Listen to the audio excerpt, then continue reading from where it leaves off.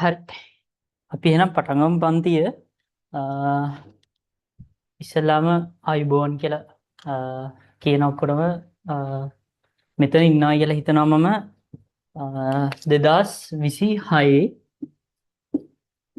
2026 O level දැන් 2026 ගත්තොත් O level දෙකක් තියෙනවානේ. පෙබ්‍රුවරි දිසෙම්බර් මාස දෙකේම එක්සෑම් ලියන ඉන්න. පෙබ්‍රුවරි කියන්නේ තව මාස තව දවස් 9කින් එක්සෑම් එක කරන අයත් ඉන්නවා. තව දවස් 9යි. තව මාස 9. හරිද? ඔන්න ඔය සෙට් එක ඇති. ආයේ මෙතන ඉන්න ඇති රෙකෝඩින් බලනවා ඇති 2027 O level. ඒ කියන්නේ දැනට ග්‍රේඩ් 10 ඉන්න. ඔන්න ඔය තුන් ගොල්ලොම ඇති මේ ක්ලාස් එකේ.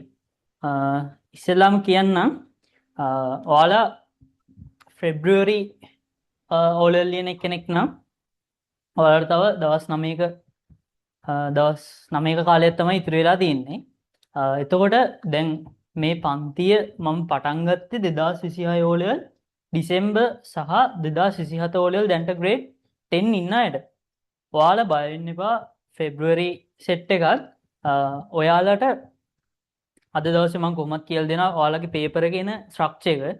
ඔයාලගේ මොන පාඩම් වලටද වැඩිපුරම ફોකස් එකක් දෙන්න ඕන. එතකොට මොන පාඩම්ද වැඩිපුරම බලා ගන්න ඕන. අන්න ඒ ටික දලා අදහසක් අද දෙනවා මම. අද ඔයාලට කියන්නම් ඔයාලගේ ප්‍රශ්න පත්‍රය හැදෙන්නේ කොහොමද කියලා. මොන පාඩම් වලින්ද කියලා. ආයේ 2026 දෙසැම්බර් සහ දැනට 10 වසරේ ඉන්න අයට කිසි ප්‍රශ්නයක් නැහැ. මේ අද අලුතෙන් පටන් ගන්න පන්තියත් එක්කලා සම්බන්ධ වෙලා ඔයාලා නාස 9ක් ඇතුළත සම්පූර්ණ 10 වසරේ සිලබස් එක සහ 11 වසරේ සිලබස් එක සම්පූර්ණයෙන්ම කවර් කරගන්න පුළුවන්. සයන්ස් කියන සබ්ජෙක්ට් එකේ සම්පූර්ණයෙන්ම ඔයාලට මේ ක්ලාස් එකත් එක්ක කවර් කරගන්න පුළුවන්. ඔයාලා 10 වසරේ ළමෙක් නම් ඔයාලට ලොකු chance එකක් තියෙනවා. ඔයාලා අවුරුද්දකට කලින් 10 11 සිලබස් එක කවර් කරගන්නයි යන්නේ. ඔයාලා මේ පන්තියත් එක්ක සම්බන්ධ වුණොත් ඔයාලා අවුරුද්දකට කලින් ඔයාලගේ 10 වසරයි 11 වසරයි සම්පූර්ණ තියරි එක පාස් පේපර්ස් කරලා ඒ ඔක්කොම ටික කවර් කරගන්න ඔයාලට chance එකක් තියෙනවා ග්‍රේඩ් 10 අයට. ඒ වගේම 2026 O level දෙසැම්බර් කට්ටියට ඔයාලට මිස් වෙච්ච 10 වසරේ පාඩම් ඔයාලට මොනවා හරි මිස් වෙලා තියෙනවා නම් ඔයාලට ලකුණු අඩු වෙලා එහෙම මොනවා හරි ප්‍රශ්න තියෙනවා නම් සම්පූර්ණයෙන්ම 10 වසරේ සිලබස් එකයි සම්පූර්ණ 11 වසරේ සිලබස් එකයි මේ ක්ලාස් එකත් එක්ක සම්බන්ධ වෙලා ඔයාලට කවර් කරගන්න පුළුවන්. ඔය විදිහට තමයි ක්ලාස් එක ගැන විස්තර කියන්නේ. අද ඉන්ට්‍රොඩක්ෂන් සෙෂන් එකක් කරන්නේ. මේ මෙතන ඇති ඉංග්‍රීසි මීඩියම් සිංහල මීඩියම් දෙගොල්ලොම ඇති. හරිද? එතකොට කතා කරොත් ඉංග්‍රීසි මීඩියම් දැන් ලබන සතියේ ඉඳන් ඔයාලට කොහොමත් පන්ති පටන් ගන්නවා හරියටම අද මේ ඉන්ට්‍රොඩක්ෂන් සෙෂන් එකක් තමයි යන්නේ. ඔයාලගේ ඉංග්‍රීසි මීඩියම් අයට වෙනම ක්ලාස් එකක් සහ සිංහල මීඩියම් අයට වෙනම ක්ලාස් එකක් විදිහට තමයි තියෙන්නේ. මේකට 10 11 ඕනම වසරක 10 11 ඕනම ළමෙක්ට සම්බන්ධ වෙන්න පුළුවන්. කිසි ප්‍රශ්නයක් නැහැ. ඔයාලට සිලබස් එක සම්පූර්ණයෙන්ම 10 වසරයි 11 වසරයි කවර් කරලා දෙනවා. අද ඉන්ට්‍රොඩක්ෂන් සෙෂන් එකක් යන හින්දා මේ පන්තිය යන්නේ කොහොමද ඒ විස්තර ටිකයි ඔයාලගේ සයන්ස් කියන සබ්ජෙක්ට් එකේ කොහොමද ඔයාලා පාඩම් කරන්න ඕන ඔයාලගේ එක්සෑම් එකේ පේපර් එක කොහොමද හැදෙන්නේ. දැන් පාඩම් 35ක් විතර තියෙනවා 10 වසර සහ 11 වසර ගත්තාම. ඒ අනුව ඔයාලගේ පේපර් එක හැදෙන්නේ කොහොමද? එතකොට ඔයාලා වැඩිපුරම ફોකස් එකක් දෙන්න ඕන පාඩම් මොනවාද? අන්න ඒවා පිළිබඳ අද මම කියලා දෙනවා. කොහොමද පාඩම් කරන්නේ? මොන පාඩම්ද ඔයාලා වැඩිපුරම බලා ගන්න ඕන? මේ පන්තියෙන් මොනවද ඔයාලට කරෙන්නේ? පේපර්ස් කරනවද? තියරි, රිවිෂන්ද? ඔය ඔක්කොම විස්තර අද පන්තියත් එක්ක මම සම්පූර්ණයෙන්ම කියලා දෙනවා. හරි. එහෙම වුණොත් අපි පටන් ගමු ක්ලාස් එක. ඔයාලට මොනවා හරි මේ අතර දැනගන්න තියෙන මොනවා හරි දෙයක් තියෙනවා නම් ප්‍රශ්නයක් එහෙම තියෙනවා නම් chat box එකේ message එකක් දාන්න මම බලන්න මම උත්තර දෙන්න. මොනවා හරි ප්‍රශ්නයක් තියෙනවා නම් sound හරි වීඩියෝ එකේ හරි ප්‍රශ්නයක් හරි ඉන්ටර්නෙට් ප්‍රශ්නයක් හරි තියෙනවා නම් message එකක් දාන්න බලමු. හරි.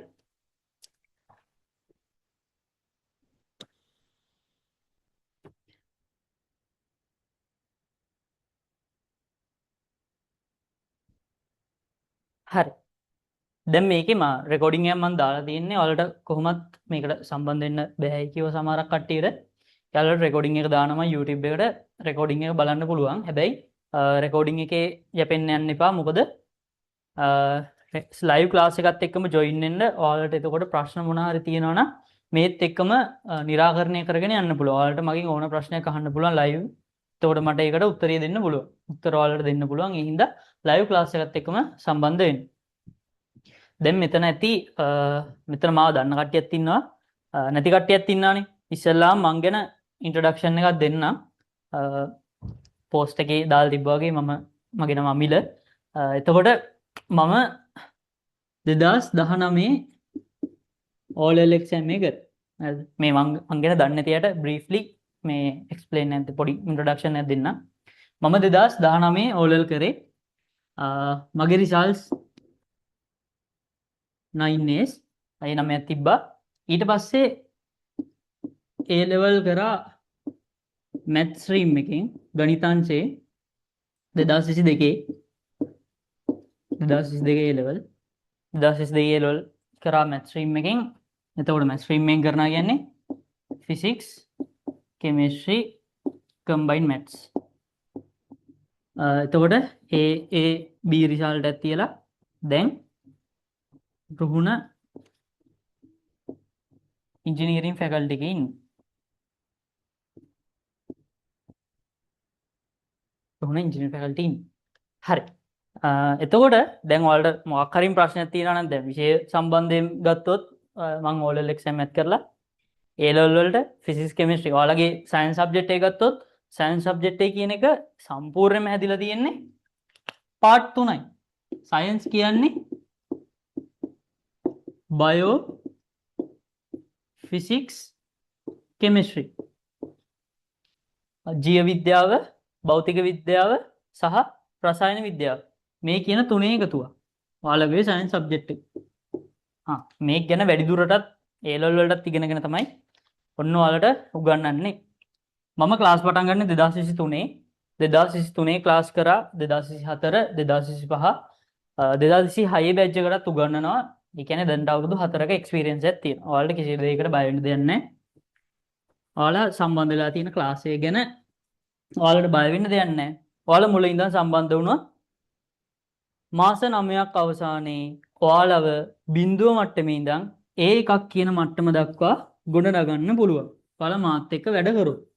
මාත් එක්ක වැඩ කරන ප්‍රමාණය අනුව ඔයාලට සයන්ස් වලට A1 කියන එක හීනයක් වෙන්නේ නැහැ. හරිද? ඔයාලා දැනට බිඳුව මට්ටමේ හිටියත් ඔයාලව ගොඩනගා ගන්න මට මේ කාලය ඇති.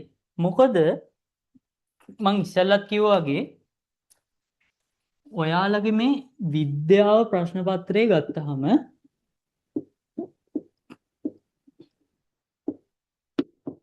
ඔයාලා දැන්ට අවුරුදු 13ක් ඉගෙනගෙන එනවනේ ඉස්කෝලේදී 13ක් පුරාවට ඉගෙනගෙන එනවා. එතකොට අපි ගත්තොත් මේ ඔයාලගේ O level exam එකට වැඩිපුරම බලපෑමක් එල්ල කරන්නේ grade 10 and grade 11. හරිද?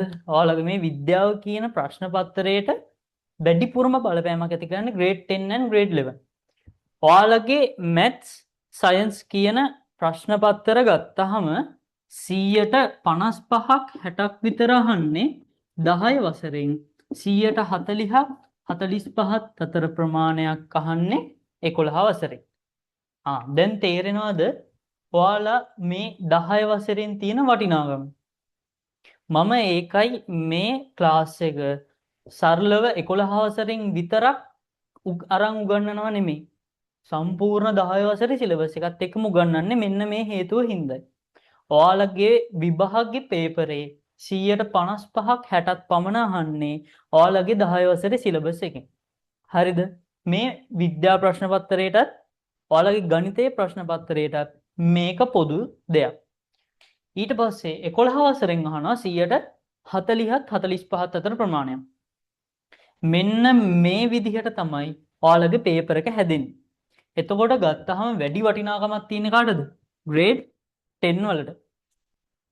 එන්න ඒක හින්දයි මම සම්පූර්ණ 10 වසරේ සිලබස් එකත් එක්ක ඔයාලට මේ 11 වසරේ පාඩම් ටිකත් උගන්වන්නේ. දැන් මේ අතරේ ගත්තොත් ඔයා 10 වසරේ ළමයෙක් නම් ඔයාලගේ 10 වසර දැන් තමයි පටන් ගන්නෙ. දැන් පටන් අරන් මාසෙයි දවස් 8ක් ගිහිල්ලා. ඔයාලට ඔයාලගේ සිලබස් එක 10 වසර සහ 11 වසර කියන වසරවල් දෙකම මේ පන්තියත් එක්ක සම්බන්ධ වෙලා ඉස්සරහට කරගෙන යන්න පුළුවන්. ඔයාලට හරියටම ගත්තොත් 10 වසරේ ළමයෙක් නම් අවුරුද්දකට කලින් ඔයාලගේ සිලබස් එක ඉවර කරගන්න පුළුවන්. කිසිම ප්‍රශ්නයක් නැතුව. ඔයාලා 2026 O level ළමයෙක් නම් ඔයාලට මේකයි කියන දෙකම කවර් කරලා දෙනවා. මේ ක්ලාස් එකෙන් ඔයාලට මේ දෙකම කවර් කරලා දෙනවා. කිසි ප්‍රශ්නයක් නැතුව ඔයාලා දැනට බිඳුව මට්ටමේ හිටියත් ඔයාලට ඒකක් ගන්න මාත් එක්ක වැඩ කරොත් සයන්ස් වලට ඒකක් ගන්න පුළුවන්. මොකද මම ඔයාලට MCQ plan, essay plan, structured essay plan, ව්‍යුහගත රචනා ප්‍රශ්න පත්‍ර වලට ඔයාලගේ බහුවර්ණ ප්‍රශ්න පත්‍ර වලට plan වගේක් තියෙනවා. මම ඒ ටික මේ ක්ලාස් එකේ යන අතරමඟ ඔයාලට උගන්වනවා. ඔයාලත් එක්ක වැඩ කරවලා පන්තිය ඇතුළත පාඩම් කරවනවා. ඔයාලට වැඩක් ආයේ ඉතුරු කරන්නේ නැහැ.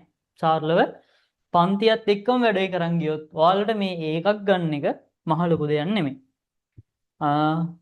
ඔය ටික තමයි පන්තිය ගැන කියන්න තියෙන්නේ. ඔයාලට මොන හරි ප්‍රශ්න තියෙනවා නම් මේ කියපු දේවල් ගැන අහන්න මං කියන්නම්, උත්තර මොන හරි දෙන්නම්. හරි. ඊළඟට ගත්තොත් දැන් මම කිව්වනේ මේ සම්බන්ධ වෙලා ඉන්න ළමයි කට්ටියකින් සමහරක් කට්ටිය මේ තව දවස් 9කින් විභාගෙ ලියන්න සම්බන්ධ වෙලා ඉන්නවා කියලා. දැන් එයාලට මං කිව්වා ඔයාලගේ පේපරේ හැදෙන විදිය ගැන කියනවා කියලා. අපි බලමු ඔයාලගේ විද්‍යාව ප්‍රශ්න පත්‍රය ගත්තාම මොනවා වලින්ද හැදෙන්නේ කියලා. සරලව ඔයාලගේ විද්‍යාව ප්‍රශ්න පත්‍රේ කොහොමද හැදෙන්නේ කියලා බලමු. හරි. O level science paper එක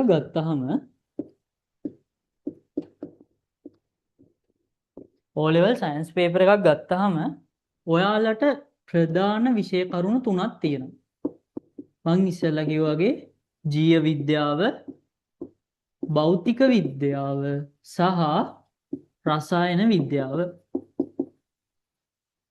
ඔන්න ඔය විදිහට පාර්ට් තුනක් තියෙනවා. මේ පාර්ට් තුනෙන්ම ඔයාලට ප්‍රශ්න යොමු කරනවා. ඔයාලගේ මේ විද්‍යාව කියන සිලබස් එක හැදිලා තියෙන්නේ ජීව විද්‍යාව, භෞතික විද්‍යාව සහ රසායන විද්‍යාව කියන අණු කොටස් තුනේ. හරිද? දැන් ඔයාලගේ පේපර් එක ගත්තාම ඔයාලගේ පේපර් එකේ විද්‍යාව ප්‍රශ්න පත්‍රයේ කොටස් දෙකක් එනවා. හරිද? ඔයාලගේ කොටස් දෙකක් එනවා.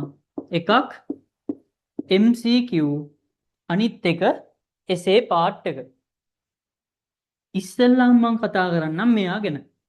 MCQ paper එක ගැන. ඔයාලගේ MCQ paper එක ගත්තාම මේ MCQ paper එකට ඔයාලට හරියටම පැයක කාලයක් හම්බ වෙනවා. පැය එකක කාලයක් හම්බ වෙනවා. ඒ වගේම ඔයාලට ප්‍රශ්න 40ක් යොමු වෙනවා. පැය එකයි ප්‍රශ්න 40යි.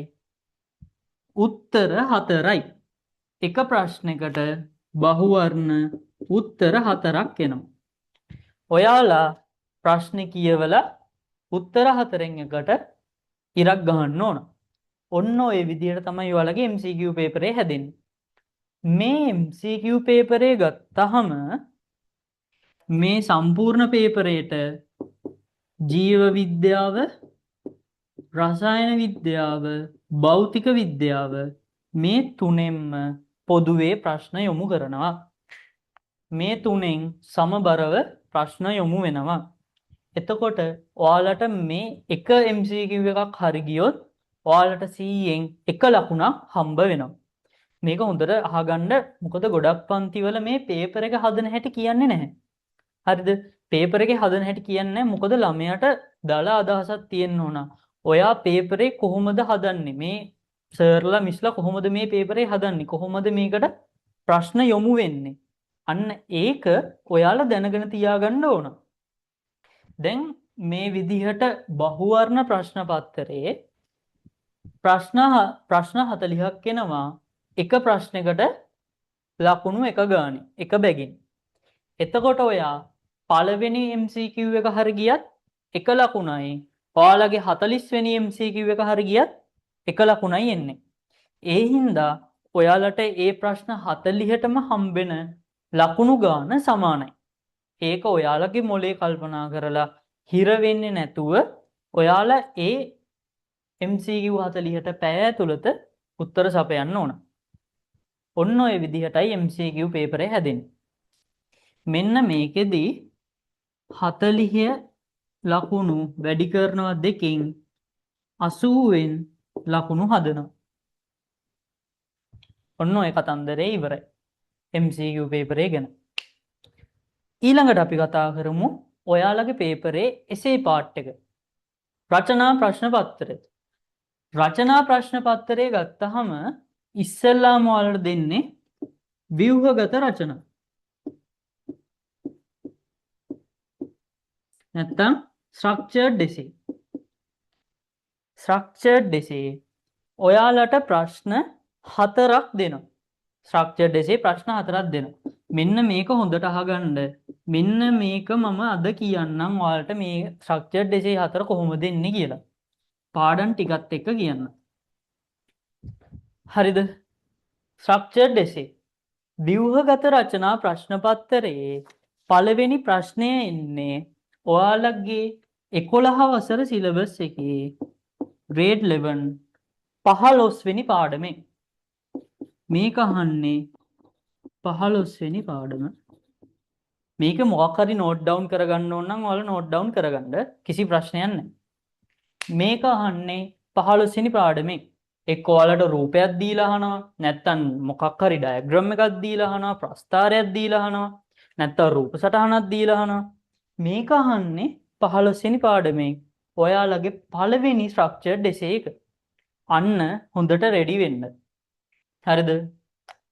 ඊළඟට ඔයාලගේ දෙවෙනි ව්‍යුහගත රචනා ප්‍රශ්න. දෙවෙනි ව්‍යුහගත රචනා ප්‍රශ්නයේ යොමු වෙන්නේ අනිවාර්යයෙන්ම බයෝ පාර්ට් එක. ඒ කියන්නේ ජීව විද්‍යාව. මේක ඔයාලගේ පොතේ ඉස්සරහා පිටුවේ දාගත්තත් කමන්නේ. මේක ඔයාලගේ පොතේ ඉස්සරහා පිටුවේ නෝට් එකක් දාගත්තත් කමන්නේ. මාර විදියට වටිනවා මේක. මේ ලියන්න එක පට්ට වදිනවා. මොකද ඔයාලගේ O level පේපරේ O level සයන්ස් පේපරේ ගැන තමයි මේ කියන්නේ. මේක හැදෙන්නේ මෙහෙමයි. අනිවාර්යයෙන්ම පළවෙනි ප්‍රශ්නේ විභගත එන්නේ 15 වෙනි පාඩමෙන්. දෙවෙනි ප්‍රශ්නේ එන්නේ අනිවාර්යයෙන්ම ජීව විද්‍යාව ප්‍රශ්නයක්. ජීව විද්‍යාව ප්‍රශ්නයක්. ඊට පස්සේ තුන්වෙනි එක එන්නේ කෙමිස්ට්‍රි. ඒ කියන්නේ රසායන විද්‍යාව. අනිවාර්යයෙන්ම රසායන විද්‍යාව ප්‍රශ්නයක් එන්නේ. ඔන්න ඔය විදිහට එනවා. හතරවෙනි ප්‍රශ්නේ හරිම ලේසි ප්‍රශ්නයක් අහන්නේ මේක ෆිසික්ස්. මම ආසන සබ්ජෙක්ට් එකේ ඒ වගේම ඔයාලට තාස සබ්ජෙක්ට් එකක් කරනවා මේක මම භෞතික විද්‍යාව.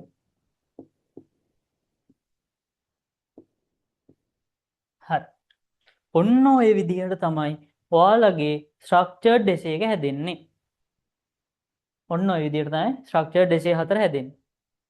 මේ ස්ට්‍රක්චර්ඩ් essay එකකට ලකුණු 15ක් දෙනවා. ලකුණු 15 ගානේ ලකුණු ප්‍රශ්න 4යි. ඒ කියන්නේ ලකුණු 60යි. ඔන්න ඔහොමයි එන්නේ. දැන් ඔයාලා තව දවස් 9කින් එක්සෑම් එක ලියන අයට මෙන්න මේක වැදගත් වෙනවා. ඔයාලට දැන් මොකක් හරි හිතන්නකෝ බයෝ පාර්ට් එකක් ඔයාලා පාඩම් කරලම නැහැයි කියලා. බයෝ පාර්ට් එක මම මේ කියන්නේ මේ දවස් 9 විභාගෙ ලියන අයට විතරයි. හොඳට මතක තියාගන්න. බයෝ පාර්ට් එකක් අතෑරියයි කියලා ඔයාලා විභාගෙ ෆේල් වෙන්නේ නැහැ. මොකද පිරිමි ළමයින්ට වගේ ගත්තොත් බයෝ පාර්ට් එකක් පාඩම් කරන එක හරි අමාරුයි. ගෑල් ළමයින්ට නම් ඒක ප්‍රශ්නයක් වෙන්නේ නැහැ. යාළුවා පාඩම් කරනවනේ. පිරිමි ළමයට අමාරුයි. දැන් පිරිමි ළමයෙක් බයෝ පාර්ට් එකක් පාඩම් කරලා නැත්තම් දැන් විභාගයට බය වෙන්න පුළුවන්. අනේ මට තව දවස් 9යි තියෙන්නේ. මට බයෝ පාර්ට් එකක්වත් පාඩම් කරලා නැහැ මම ෆේල් වෙයිද කියලා. එහෙම වෙන්නේ නැහැ. මේ බලන්න ඔයාලට සම්පූර්ණ ලකුණු ගන්න පුළුවන්. අනිත් දෙකෙන් ෆිසික්ස් කෙමිස්ට්‍රි දෙකෙන් ගන්න පුළුවන්. කිසි ප්‍රශ්නයක් නැහැ. කොහොමත් පිරිමි ළමයට වගේ මෙන්න මේ පාර්ට් එක ලේසි. ෆිසික්ස්. හරි. ඊළඟට ඔයාලගේ රචනා ප්‍රශ්න පත්තරේ එසේ එක. රචනා ප්‍රශ්න පත්තරේ එසේ පාර්ට් එක. හරි. ඔයාලගේ එසේ ප්‍රශ්න වලට දෙනවා 5ක්. එසේ ප්‍රශ්න 5ක් දෙනවා. මෙතනින් ඉවරුණා 4යි 5 6 7 8 9. ඔන්න ඔය විදිහට ප්‍රශ්න 5ක් දෙනවා. ඔය විදිහට ප්‍රශ්න 5ක් දෙනවා. මේ ප්‍රශ්න 5න් ඔයාලා උත්තර ලියන්න ඕන ප්‍රශ්න 3කට. ඔයාලා ප්‍රශ්න 3කට උත්තර ලියන්න ඕන. ඔන්න මේකේ කිසිම දෙයක් තෝරගන්න තිබ්බේ නෑ. මේකෙත් කිසිම දෙයක් තෝරගන්න තිබ්බේ නෑ. මෙන්න මේකේ විතරයි ඔයාලට ප්‍රශ්න 5න් 3ක් තෝරගන්න දෙන්නේ. 5ක් එනවා. 5න් 3ක් ඔයාලා කරන්න ඕන. රචනා ප්‍රශ්න පත්තරේ. හරිද? රචනා ප්‍රශ්න පත්තරේ 5න් 3ක් ඔයාලා උත්තර ලියන්න ඕන. දැන් මේ පස්වෙනි ප්‍රශ්නෙට අහන්නේ මෙන්න මේක නෝට් ඩවුන් කරගන්න. අනිවාර්යයෙන්ම දාගන්න. නෝට් එකක් දාගන්න. මේක වටිනවා. මේක ඔයාලට වටිනවා. හින්දා නෝට් එකක් දාගන්න. මේ තව දවස් 9 විභාගය ලියන හැටත් මේක පට්ටට වටිනවා. ඔයාලගේ මේ පස්වෙනි ප්‍රශ්නය අහන්නේ අනිවාර්යෙන්ම බයෝ පාර්ට් එක. ජීව විද්‍යාව. 6 රසායන විද්‍යාව. 7 භෞතික විද්‍යාව.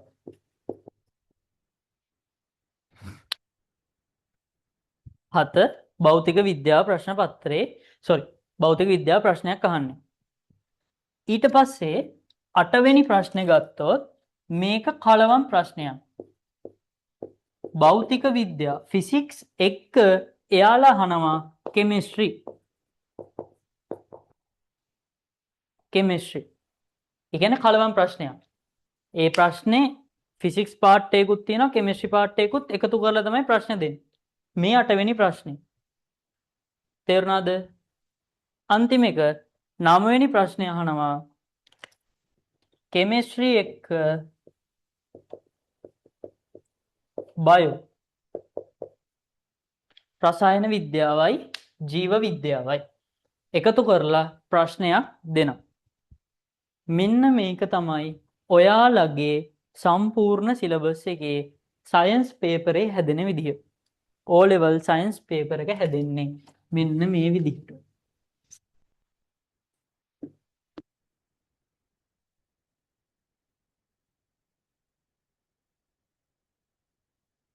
O level සයන්ස් පේපර් එක. ඔයාලට ඕන නම් මේකේ ස්ක්‍රීන්ෂොට් එකක් හරි ගහගන්න ලියා ගන්න මදි වුණා නම් වෙලාව.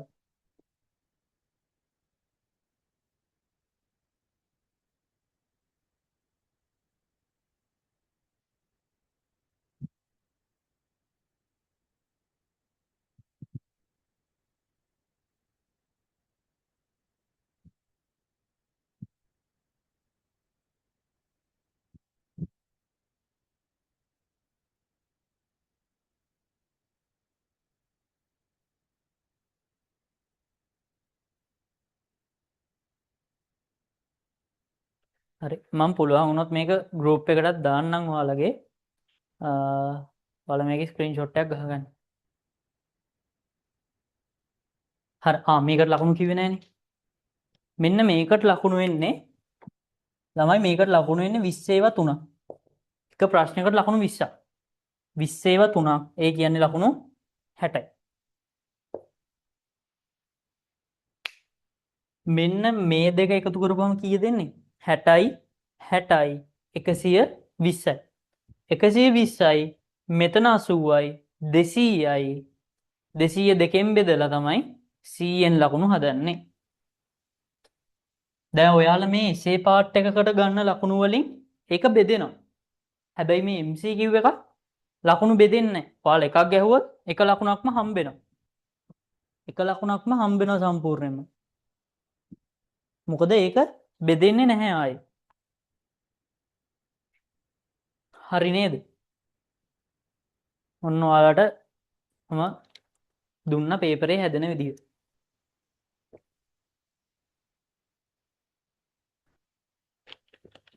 දැන් ඔයා ලබන සතියේ ඊළඟ සතියේ විභාගෙට ලියන ළමයෙක් නම් ඔයාලට ඔළුවට දාගන්න පුළුවන් මොනවටද මම ලියන්න බලාගෙන යන්නේ කියලා. මොනවටද මම වැඩිපුරම අවධානය දෙන්න ඕන කියලා. ඔයාලට මේක අයිඩියා එකක් ගන්න පුළුවන්.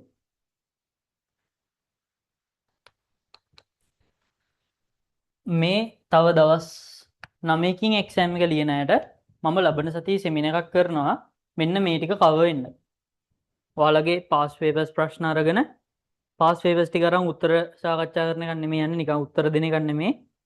පාස් පේපර්ස් ප්‍රශ්න ටිකක් අරගෙන ඒ වල සම්බන්ධ සම්පූර්ණ තියරි කැලි ටිකක් කියලා දීලා ප්‍රශ්නයකට උත්තර ලියන්නේ කොහොමද කියලා සම්පූර්ණ විස්තරයක් කරනවා මම ලබන සතිය වලට ඒ සෙමිනාර් එකක් කරනවා. ඒකට සම්බන්ධ වෙන්න. හොඳ සෙමිනාර් එකක් කරන්න බලාගෙන ඉන්නවා. ඔයාලට ඒකට සම්බන්ධ වෙන්න පුළුවන්. කොහොමද ප්‍රශ්න පත්‍රයකට මුහුණ දෙන්නේ? සයන්ස් පේපර් එකේ කොහොමද ලකුණු ගන්න පුළුවන්? තැන් මොනවාද? ඔයාලට අඩුපාඩු වෙලා තියෙන ගොඩක්ම මම අවධානය යොමු කරන්නේ ෆිසික්ස් කෙමිස්ට්‍රි පැත්තට. මොකද බයෝලොජි කියන එක ළමෙක් පාඩම් කරලා ලකුණු ලබා ගන්න දෙයක්. හැබැයි ෆිසික්ස් කෙමිස්ට්‍රි කියන එක එහෙම දෙයක් නෙමෙයි. ඔයාලට ඒකේ ප්‍රැක්ටිස් එකක් තියෙන්න ඕන. අන්න ඒ හින්දා මම ලබන සතියේ සෙමිනාර් එකක් කරනවා.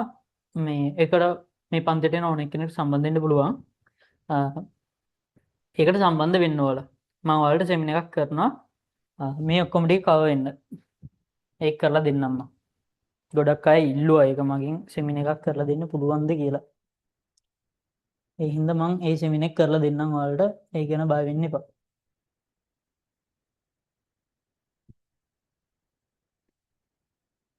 හරිනේ ඇතිනේ. දැන් මකන්නම් මම.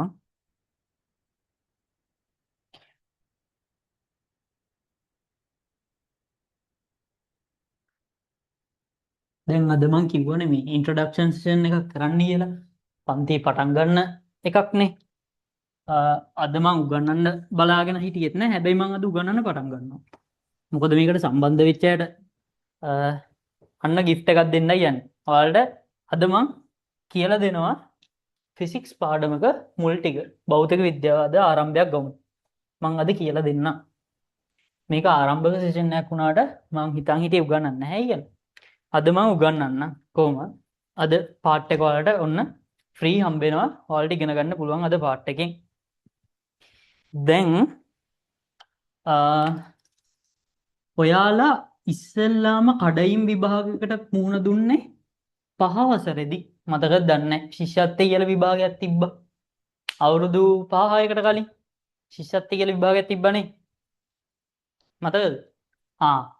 ශිෂ්‍යත්වයේ කියලා විභාගයක් තිබ්බා. ඒක ඔයාලගේ කඩයිම් විභාගයක්. ඔන්න දැන් ආයේ කඩයිම් විභාගයකට ඔයාලා මුහුණ දෙන්න යනවා අවුරුදු 5-6කට පස්සේ. අවුරුදු 5-6කට පස්සේ උන්න ආයේ කඩයිම් විභාගයකට මුහුණ දෙන්නයි යන්නේ.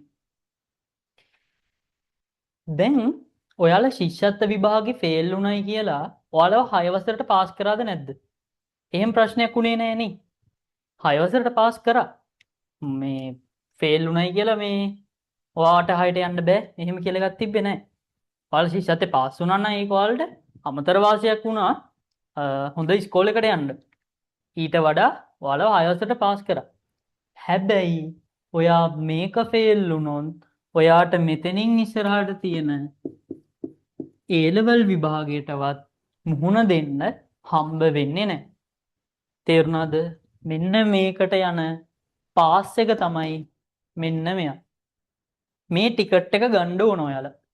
මේක පාස් වුණොත් තමයි ඔයාලට මේ A level කියන විභාගයට යන්න ටිකට් එක හම්බ වෙන්නේ. මේක පාස් වුණොත් මේකට යන්න පුළුවන්. මේක පාස් වුණොත් තමයි ඔයාලා මොන කෝස් එක කරත් හිතන්නකො හොටෙල් කෝස් එකක් කරත් ගවර්න්මන්ට් රජයේ රස්සාවකට යන්න මේක අනිවාර්යෙන්ම ඉල්ලනවා ළමයි. ඉතින් ඔයාලා මේක අනිවාර්යෙන්ම පාස් වෙන්න ඕන. මේක පාස් වෙන්න ඕන කඩයිමක්. මේ කඩයිම පාස් කරගන්න. මේ කඩයිම ආයේ කරන්න තියාගන්න එපා. මේ කඩයිම එකපාරි ඉවර කරගන්න. ඔයාලගේ දෙමව්පියෝ විඳින දුක්වලට හැටියට මහන්සිලා හම්බ කරන දේ ඔයාලට දෙන්න පුළුවන් හොඳම තෑග්ග තමයි මෙන්න මේක. තව මාස 9කින් එන O level විභාගේ. හරියටම ගත්තොත් මාස 9. මාර්තු අප්‍රේල් මැයි ජූනි ජූලි අගෝස්තු සැප්තැම්බර් ඔක්තෝබර් නොවැම්බර්. ඔයාලගේ විභාගේ හරියටම දෙසැම්බර් පළවෙනි සතියේ පටන් ගන්නවා. දෙසැම්බර් පළවෙනි සතිය ඔයාලගේ විභාගේ පටන් ගන්නවා. කාලය ගත්තොත් සීමිතයි. ඇත්තම කිව්වොත් කාලය සීමිතයි. මොකද ඔයාලට දිත්වා සුලිකුණාට වලට අහුවෙන්නේ නැති මෙතන ළමයි ඉන්නවා. එතකොට ග්‍රේඩ් 10 වල අන්තිම වාර විභාගයක් තිබ්බේ නැහැ. මේකෙන් පාඩුව වෙන්නේ ඔයාලටම තමයි. මොකද ඔයාලා O level විභාගයට කලින් තව මුහුණ දෙන්න යන්නේ විභාග 3කට විතරයි. වාර විභාග 3යි. ඔයාලට ඒක පාඩුවක් ඇත්තම කිව්වොත් පාඩුවක්. මොකද ඔයාලා O level විභාගයට කලින් තව මුහුණ දෙන්න තියෙන විභාග මේ 3යි. වාර විභාග 3කට විතරයි මුහුණ දෙන්න තියෙන්නේ. ඒ හින්දා ඔයාලා පුළුවන් තරම් මහන්සි වෙලා දැන් පාඩම් කරන්න පටන් ගන්න. මොකද සමහරක් ඉස්කෝලවලට තාම ෆස්ට් මේ ටර්ම් එකවත් පටන් අරගෙන නැහැ. ෆස්ට් ටර්ම් එක පටන් අරන් නැහැ. මොකද ස්පෝර්ට් මීට්ස් අරවා මේවා හින්දා. ඔයාලා අමතර පන්තියකින් හරි ඉස්කෝලෙන් වේවා අමතර පන්තියකින් හරි ඔයාලා මේකට අවශ්‍ය දේවල් එකතු කරගන්න දැම්මම ඒක කිසිම ප්‍රශ්නයක් නැහැ. දැනුම හොයාගන්නේ කොහෙන්ද කියන එක ප්‍රශ්නයක් නැහැ. ඔයාගේ විභාගය අහන්නේ ඔයා කොහෙන් ගිහිල්ලාද ඉගෙන ගත්තේ? කාගෙන්ද ඉගෙන ගත්තේ? ඒව වැඩක් නැහැ. ඔයාලට දෙන්නේ දාට පුටුවයි, මේසෙයි, ඔයාලා ගෙනියන පෑනයි, පේපර් එකයි. ඔන්න ඔච්චරයි. ඔය ටිකයි මෙතන තියෙන දැනුමයි. මේ බෙල්ලෙන් උඩ තියෙන ඔයාලා රැස් කරගෙන යන දැනුමයි. එච්චර තමයි ඉතුරු වෙන්නේ. ඒ හින්දා ඔයාලට පුළුවන් තරම් දැන් දැනුම එකතු කරගන්න. ඔයාලගේ සිලබස් එක ඉක්මනට කවර් කරගන්න. ඔයාලා පුළුවන් තරම් මහන්සි වෙන්න O level විභාගයේ එකපාරින් හොඳම රිසල්ට් එකක් දානවායි කියලා. හරි. අපි එහෙමනම් අපි පාඩම් පටන් ගමු. ඔයාලට මේ අතර අහන්න මොන හරි තියෙනවා නම් දැනගන්න දේවල් තියෙනවා නම් අහන්න. මම ඔහොමම කියලා දෙන්නම්. පන්තිය ගැන විස්තර තියෙනවා නම් අහන්න. කිසිම ප්‍රශ්නයක් නැහැ. chat box එකේ දාන්න message එක.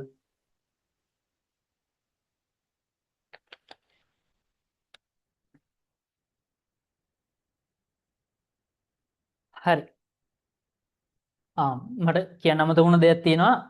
ඔයාලට පේපර් ක්ලාස් එකක් පටන් ගන්නවා. ඔයාලා පේපර් ක්ලාස් එකක් කියලා වෙනම මේක පන්තියක් නෙමෙයි.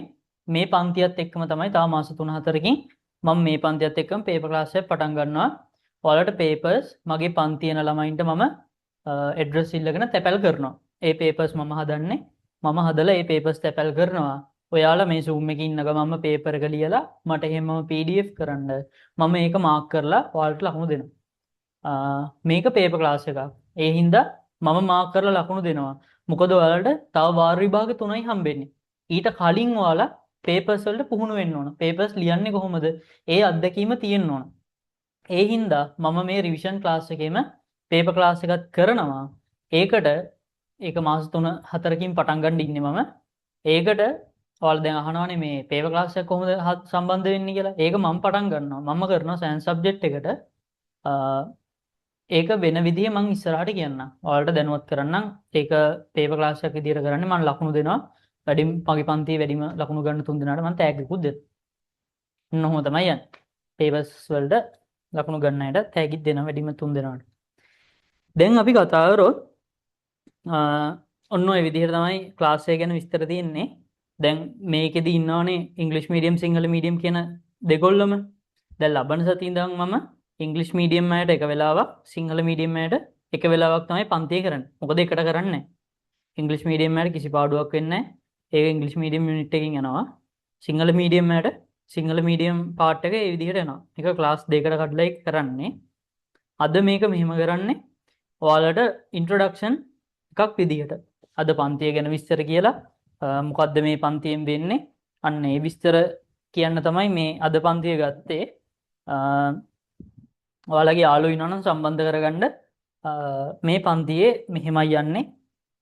මේක කොහොමත් මම රෙකෝඩින් එකක් දානවා. ඒකත් යවන්න යාළුවෝ ඉන්නවා නම් දැනට 10 වසරේ ඉන්න යාළුවෝ ඉන්නවා නම් එයාලට අවුරුද්දකට කලින් සිලබස් එක කවර් කරගන්න ඕන නම් එන්න කියන පන්තියට සම්බන්ධ වෙලා ඉක්මනින් සිලබස් එක කවර් කරගන්න ආසයට ඉක්මනින් විභාගයට ලෑස්ති වෙන්න කියන්න. හරි. එහෙමනම් අපි පටන් ගමු. මම අද කරන්න හිතාගෙන ඉන්නේ ෆිසික්ස් පාර්ට් එක. ඔයාලගේ භෞතික විද්‍යාවට ආරම්භයක් ගන්නයි යන්නේ.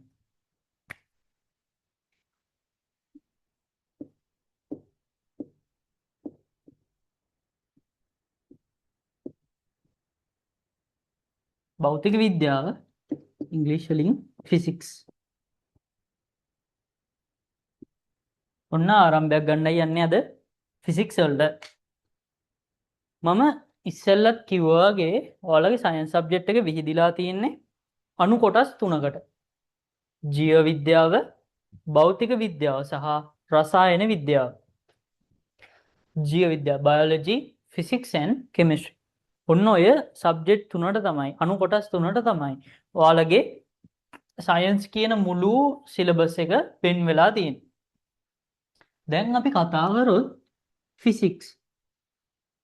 ෆිසික්ස් කියන්නේ ඔයාලා සාමාන්‍ය ජීවිතේ ඔයාලා අත්දකින දේවල්. සාමාන්‍ය ජීවිතේ වෙන දේවල්. හරිම ප්‍රැක්ටිකල් පාර්ට් එකක්. මේ ෆිසික්ස් කියන එක තමයි ඔයාලගේ සයන්ස් වල ලේසිම පාර්ට් එක. මම දකින විදිහට ලේසිම පාර්ට් එක. ෆිසික්ස් කියන්නේ හරිම තර්කානුකූල මේක කටපාඩමින් කරන්න බැරි දෙයක්. ෆිසික්ස් කියන කෑල්ල කටපාඩමින් කරන්න අමාරුයි. ෆිසික්ස් කියන්නේ කටපාඩමින් කරන්න අමාරුයි.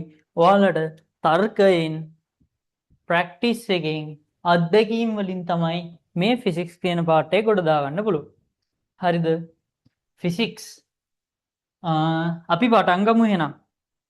ඉස්සෙල්ලාම ඔයාලා දැනගන්න ඕන ෆිසික්ස් කියන පාර්ට් එක ගත්තාම මේකේ විද්‍යාඥයෝ ඉන්නවා. එකින් එක විද්‍යාඥයෝ ඉන්නවා. අර හොයාගත්තේ මෙයා, මේක හොයාගත්තේ මෙයා. නිව්ටන් ඉන්නවා, අයිසැක් නිව්ටන් ඉන්නවා, ඇල්බර්ට් අයින්ස්ටයින්ලා ඉන්නවා. හොම ඉන්නවා. මං ක්‍රමක්‍රමයෙන් ඒවා කියලා දෙන්නම්. අපි ඉස්සෙල්ලාම සරල මට්ටමින් පටන් ගමු. දැන් මං හිතන් ඉන්නවා ඔයාලා බිඳුව මට්ටමේ ඉන්නවා කියලා. ඔන්න මේ මට්ටමේ ඉඳලා තමයි ඔයාලට කියලා දෙන්න මම පටන් ගන්න. හරි.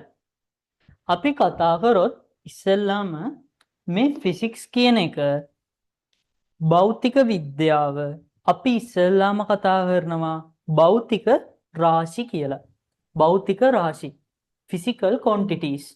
හරි. අපි බලමු භෞතික රාශියක් කියන්නේ මොකක්ද කියලා. භෞතික රාශි. ඔයාලගේ නෝට්බුක් එකක් තියෙනවා නම් මේ CR බුක් එකක් ගන්න මේකට සයන්ස් වලට අපි මේ විදිහට ලියන්න.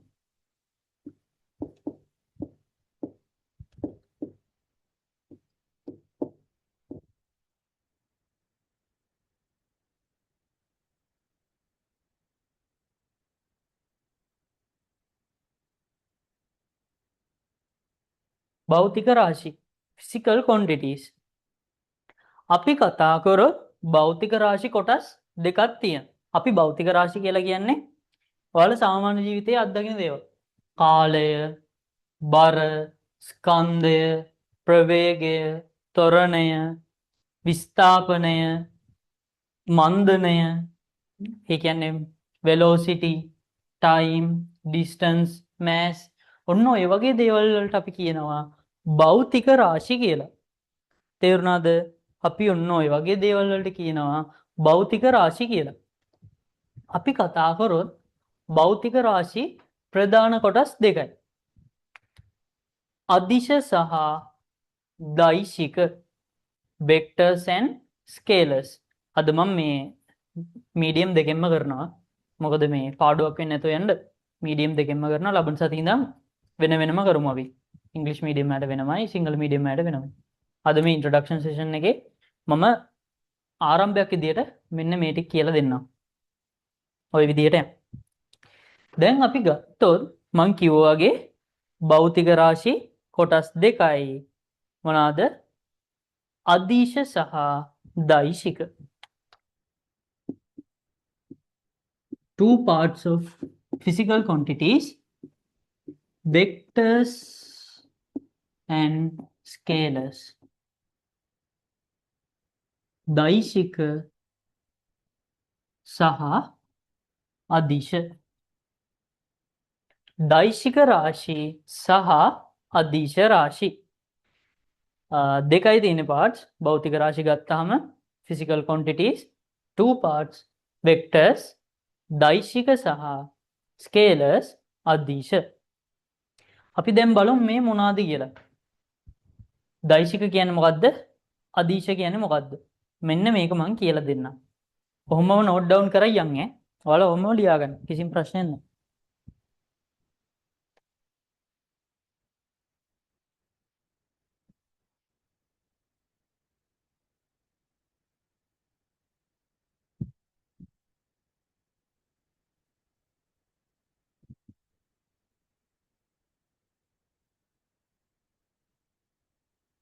හරි. මේක මම ඉංග්‍රීසි මීඩියම් කරන්නේ. මේක රෙකෝඩින් බලන කට්ටියක් ඉන්නවා. එයාලා ඉංග්‍රීසි මීඩියම්. මේ හින්දායි මම ඉංග්‍රීසි මීඩියම් වලත් යන්නේ අද පළවෙනි දවසේ හින්දා. ඒක ගණන් ගන්න එපා. මම ලබන සතියේ සිංගල් මීඩියම් වලට තනිකර සිංහලෙන් තමයි කියලා දෙන්නේ. ඉංග්‍රීසි මීඩියම් වලට ඉංග්‍රීසි වලින් යනවා. හරි. වෙක්ටර්ස්. ඉස්සෙල්ලාම මේ පාර්ට් එක ගමු. දෛශික. අපි දෛශිකයක් කියලා කියන්නේ ළමයි මොනා හරි භෞතික රාශියකට. මම දැන් කියාගෙන ගිය භෞතික රාශි සෙට් එක. ඒ භෞතික රාශි වලට අපි දිශාවක් සහ විශාලත්වයක් දෙකම තියෙන අයට අපි කියනවා මොනවාද? දෛශික රාශි කියලා. විශාලත්වයක් සහ දිශාවක් දෙකම තියෙන අයට අපි මොකක්ද කියන්නේ? දෛශික කියලා. මම මේ කියන වෙලාවෙම ඔයාලගේ ඔළුවට දාගන්න. එතකොට මතක හිටියි. හරිද? දැන් මං කියාගෙන ගියානේ ලිස්ට් එක. භෞතික රාශි ලිස්ට් එක. ඒ අතරින් දෛශික කියලා කියන්නේ ළමයි විශාලත්වයක් සහ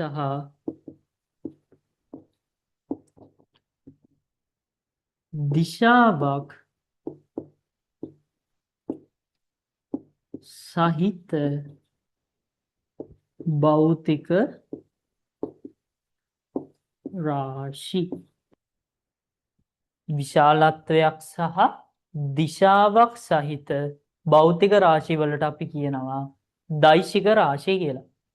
තේරුණාද? හරි. විශාලත්වයක් සහ දිශාවක් සහිත භෞතික රාශි වලට අපි කියනවා දෛශික රාශි කියලා. ඔන්න ඔක ලියා ගන්නකො. ඉංග්‍රීසි මීඩියම් එකේ ලියා ගන්න. Vector is a quantity. Vector is a quantity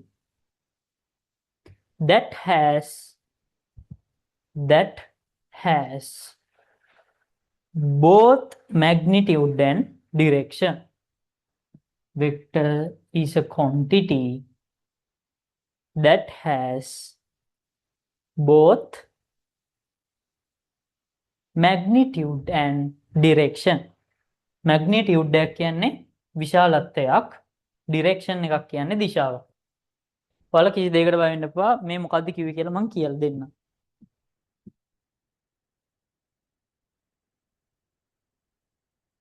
මේ මොකද්ද කිව්වේ කියලා මම කියලා දෙන්නම්. අහගන්න. හරි. අපි බලමු මේ කිව්වේ මොකද්ද කියලා. දැන් අපි යනවා සාමාන්‍ය ජීවිතේ අපි ගොම් මෙහෙම. වාහනයක් තියෙනවා. පාරක් තියෙනවා. මෙහෙම වාහනයක් තියෙනවා. දැන් මේ වාහනේ නැවතිලා තියෙනවා. අර ඔයාලා දැකලා තියෙනවද? ඔයාට කියනවා බලයක් යොදන්න. පිටිපස්සෙන් ඇවිල්ලා තල්ලු කරන්න. අර පොඩ්ඩක් මේක ස්ටාර්ට් වෙනකන් තල්ලු කරන්න කියන්නේ. මෙන්න මේ වගේ මිනිස්සු ඉඳගෙන මෙන්න මේක තල්ලු කරනවා. මිනිස්සු 4-5 දෙනෙක් ඉඳගෙන මේක තල්ලු කරනවා. හරිද? පැහැදිලි නෑනේ.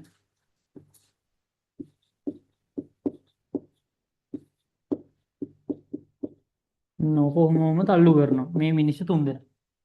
හරිද? දැන් මේ මිනිස්සු තුන්දෙනා තල්ලු කරද්දී මට ඇවිල්ලා කියනවා ඔයත් තල්ලු කරන්න කියලා. හරිද? ඔයත් ගිහිල්ලා තල්ලු කරන්න. මම ගිහිල්ලා මේ පැත්තෙන් තල්ලු කරොත් හරිද මේක? මුන් තුන්දෙනා මේ පැත්තෙන් මෙහාට තල්ලු කරනවා. මම ගිහිල්ලා මේ පැත්තෙන් මෙහාට තල්ලු කරනවා. හරිද? බැහැනේ. මට බලයක් යොදන්න කිව්වට මදි.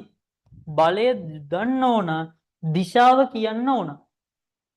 අපිට ෆෝස් එක දෙන්න ඕන මැග්නිටියුඩ් එක විතරක් දීලා මදි. ඩිරෙක්ෂන් එකක් දෙන්න ඕන. මට කියන්න ඕන වමේ ඉඳන් දකුණට බලයක් දෙන්න. එතකොට මම මේ පැත්තට ගිහිල්ලා තල්ලු කරනවා. තේරුණාද? එතකොට බලය කියන්නේ මොකද්ද? දෛශික රාශියක්. බලය කියන්නේ දෛශික රාශියක්. මොකද මට බලයක් යොදන්න කිව්වට මදි. දිශාවක් කියන්න ඕන. කොයි පැත්තටද බලය යොදන්න ඕනයි කියලා. එහෙම කිව්වොත් තමයි මම දන්නේ මේ පැත්තින්ද මේ පැත්තට විශාලත්වයක් දුන්නොත් තමයි මේ පැත්තට දෙන්න කිව්වොත් තමයි මම බලයක් යොදන්නේ. අන්න ඔය වගේ දේවල් වලට අපි කියනවා දෛශික. උදාහරණ 1 example 1 බලය නැත්නම් අපි කියනවා force. හරිද? තේරුණාද?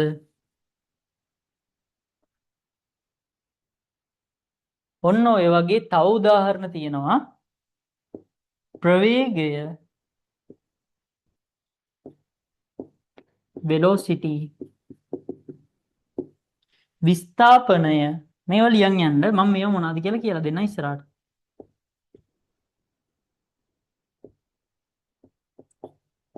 displacement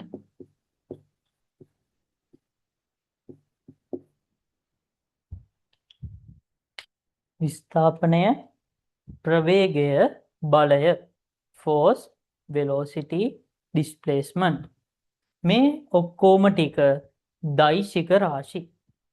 පැහැදිලිද? දෛශික රාශි කියන්නේ විශාලත්වයක් සහ දිශාවක් සහිත භෞතික රාශි. ඒ වලට අපි කියනවා දෛශික රාශි කියලා.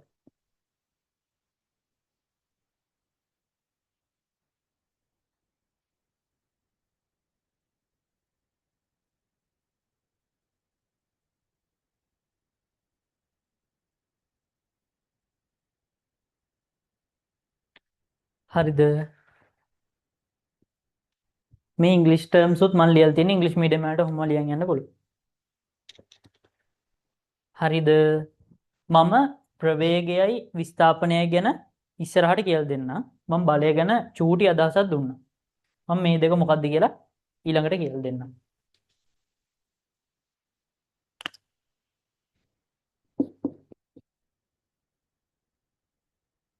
හරිද?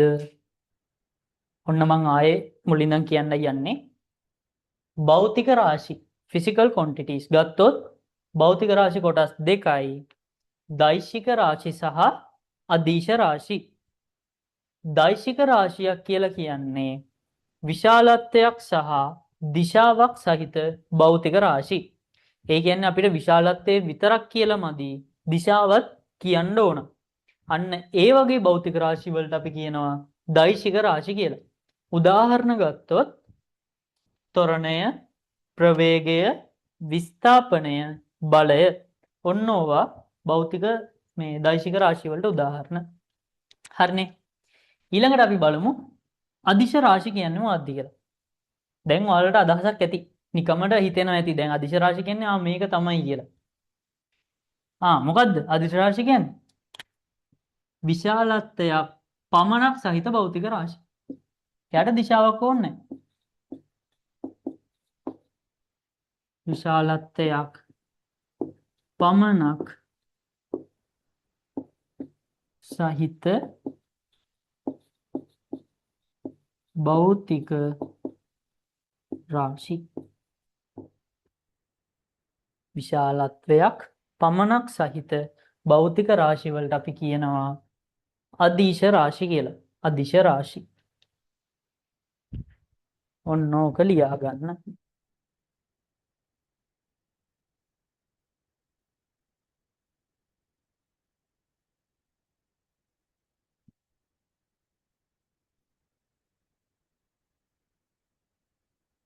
ඔයාලට මොන හරි කනෙක්ෂන් ප්‍රශ්නයක් තියෙනවා නම් chat box එකේ දාන්න. මොන හරි ප්‍රශ්නයක් තියෙනවා නම්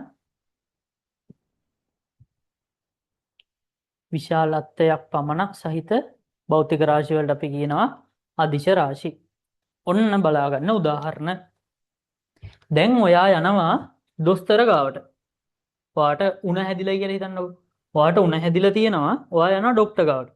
ડોක්ටර් ගිහිල්ලා අර මේ අත යටින් ගහනවා මේ උණ බලන කට්ටක්. දැන් නම් තියෙනවා අර ඩිජිටල් මේ උණ මනින ඒවා. ඊට නෙමෙයි අර ඉස්සර කාලේ තිබ්බ කියලා හිතන්නකෝ අර උණ උෂ්ණත්වමානේ. අන්න ඒක ඇවිල්ලා ගහනවා කටේ හරි අත යටේ හරි. කටේ නම් ගහන්නේ නැහැ. ඔක්කොගෙම කටේ උබන්න එපා ඊට පස්සේ ලෙඩ. එතකොට වෙන ලෙඩ හැදෙනවා. එහෙම කරන්නේ නැහැ. දැන් කරන්නේ අර අත යට දානවා. මොකද මේ සියුම් මේ ඔයාලගේ උෂ්ණත්වය හරියටම හොයන්න පුළුවන් තැනක් තමයි මේ අත යට කියන්නේ. හරිද? ඒකයි අත යට දාන්නේ. හරි. මේ දැන් අපි ගත්තොත් උෂ්ණත්වය ડોක්ටර් මගිනවනේ කීයද කියලා. දැන් උෂ්ණත්වය මැන්නාම ડોක්ටර් එළියට අරගෙන ඊට පස්සේ බලනවා මෙහෙම හොල්ලලා ඔහොම බලලා කියනවා මේකේ කීයද කියලා. දැන් ඔයාලගේ ડોක්ටර් කියනවාද ඔයාලගේ ඇඟේ උතුරට වෙන්න නම් සෙල්සියස් 20යි මේ ඔයාගේ අතේ වම් පැත්තට වෙන්න නම් සෙල්සියස් 30යි කකුලට වෙන්න නම් සෙල්සියස් 20යි ඔයාගේ දකුණු අතට නම් සෙල්සියස් 10යි. එහෙම කියනවාද? එහෙම කියන්නේ නැහැනේ. තනින් තැනට දිශාවක් එක්ක කියනවාද මේ උෂ්ණත්වය උතුරට මෙච්චරයි දකුණට මෙච්චරයි ඇඟේ මේ උතුරට සෙල්සියස් 20යි බඩට නම් සෙල්සියස් 50යි. ඔහොම කියන්නේ නැහැනේ. කියන්නේ කොහොමද? දිශාවක් නැතුව විශාලත්වය විතරයි කියන්නේ. දිශාවක් කියන්නේ නැහැ. දිශාවක් නැතුව විශාලත්වයක් විතරයි කියන්නේ ડોක්ටර්. එහෙනම් මොකද්ද වෙන්නේ? උෂ්ණත්වය කියන්නේ මොකද්ද? ටෙම්පරේචර්. අදිශ රාශිය.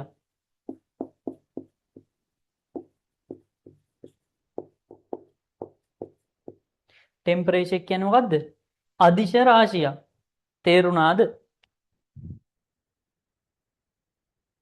උෂ්ණත්වය කියන්නේ අදිශ රාශිය.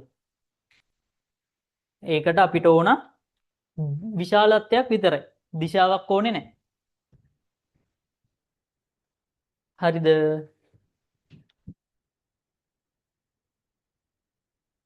ඊළඟ උදාහරණ. දැන් ડોක්ටර් ගාවට ගිහිල්ලා උණ මැන්නා. ඊළඟට ડોක්ටර් අහන ප්‍රශ්නේ මොකද්ද? නම. නම වැඩක් නැහැ. වයස. හරි වයසත් වැඩක් නැහැ. තව ප්‍රශ්නයක් අහනවා. මොකක්ද අහන්නේ? උණ බැලුවට පස්සේ මොකක්ද අහන්නේ මතකද? දොස්තර කෙනෙක් ගාවට ගිහිල්ලාම නැද්ද? අහනවා බර කීයද කියලා. ඔයාගේ ස්කන්ධය කීයද කියලා අහනවා. ඔයාගේ ස්කන්ධය කීයද කියලා අහනවා. ඊට පස්සේ ගිහිල්ලා අර බර මයින් එකක් උඩින් හිටගෙන නෙමෙයි ඉඳගත්තාම හොයන්න බෑනේ. හිටගෙන මේ හොයනවා වගේ ස්කන්ධය කීයද කියලා. ස්කන්ධය ඒකත් එහෙමයි. කියන්නේ නැහනේ. ඔයාගේ කකුලේ බර නම් මේ කිලෝ 5යි.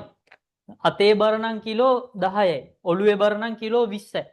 බඩේ බර නම් කිලෝ 15යි. ඔහොම කියන්නේ නැහනේ. තනින් තැනට දිශාවක් කියන්නේ නැහැ. ස්කන්ධය කියන්නේ අදිශ රාශියක්. තේරුණාද? ස්කන්ධ බර නෙමේ. හොඳට මතක තියාගන්න ස්කන්ධය. mass.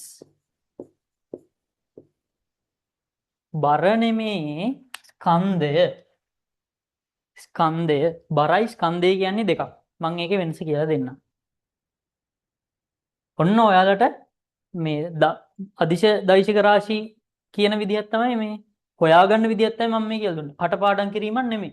දැන් ඔයාලට මතක හිටිනවා. මේ විදිහට කියපුවම මතක හිටිනවා. ඔයාලට කවදාවත් අමතක වෙන්නේ නැහැ අදිශ රාශියක් කියන්නේ මොකක්ද කියලා. මෙන්න මේ විදිහට විස්තර කරපුවාම. දැන් මතකයිනේ ඔයාලට.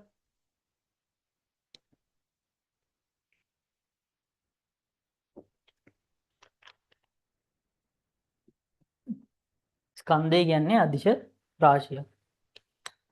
ඊළඟ එක. දැන් ඔයාලට කියනවා තව උදාහරණයක්. ඔන්න අහගන්න තව උදාහරණයක්. ඔයාලට කියනවා ඉස්කෝලේ පන්තියේ මැඩම් ගිහිල්ලා හුණු කූරක් අරන් එන්න කියලා. හරිද? හුණු කූරක් ගේන්න කියනවා. බෝඩ් එක ලියන්න හුණු කූරක් ගේන්න කියනවා. හුණු කූරක් තියෙන්නේ හිතමුකෝ ප්‍රින්සිපල්ගේ ඔෆිස් එකේ එහා පැත්තේ. පන්තියෙන් පටන් ගන්නවා. දැන් මේ කොල්ලෙක්ගේ ගමනක් කියන්නේ. හරිද? කෙල්ලෙක් නම් කෙලින්ම පන්තියෙන් එළියට ගියා. හුණු කූර ගත්තා පන්තියට ආවා. කොල්ලෙක් එහෙම නෙමෙයි. කොල්ලෙක් මොකද කරන්නේ? ඔන්න පන්තියෙන් එළියට ගියා. එහා පන්තියේ මොකද වෙන්නේ කියලා බැලුවා. ඔහොමම ගියා. ඔහොමම ආයෙ උඩ තට්ටුවට යනවා නම් උඩ තට්ටුවටත් ගියා. කොහොම වටයක් ගැහුවා. ආයෙ පල්ලෙහාට ගියා. වොෂ්රූම් එකට යනවා නම් වොෂ්රූම් එකටත් ගියා. ඊට පස්සේ ආයෙ ටැප් එක තියෙන තැනට ගිහලා වතුරත් බිව්වා. ඊට පස්සේ හුණු කූර ගත්තා. ආයෙ තව වටයක් ගියා. ප්‍රාථමික ඉස්කෝලේ පැත්තෙනොත් ගියා. ඔහොම ගියා. සෙල්ලම් පිටින්නෙනොත් ගියා.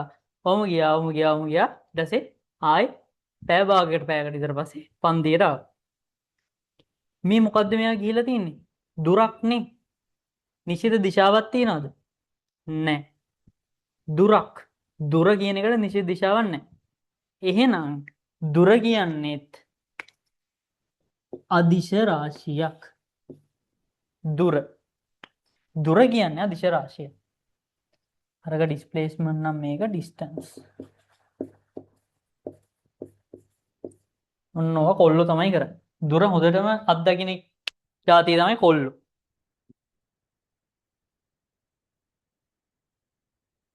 හරි ඔය ටික ලියා ගන්නකො ඉක්මනට. ඔය ටික ලියා ගන්න.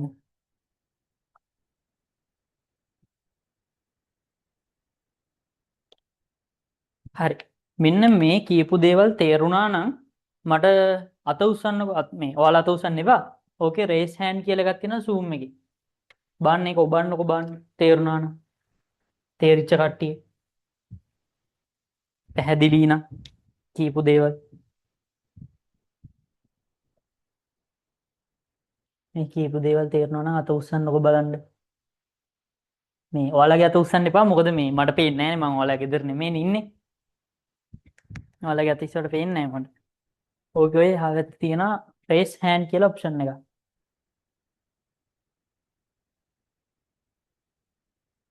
මම තව රියැක්ට් කියලා තියෙනවා. මොකක් හරි ඔබන්නකො. එතකොට මට අයිඩියා එකක් එනවා. තේරිලා නේ. හරි හොඳයි.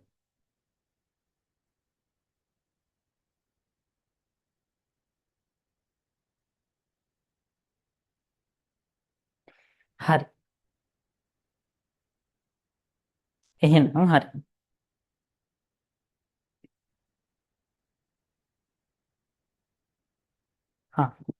හරි ඔයත් උස්සන්නේ.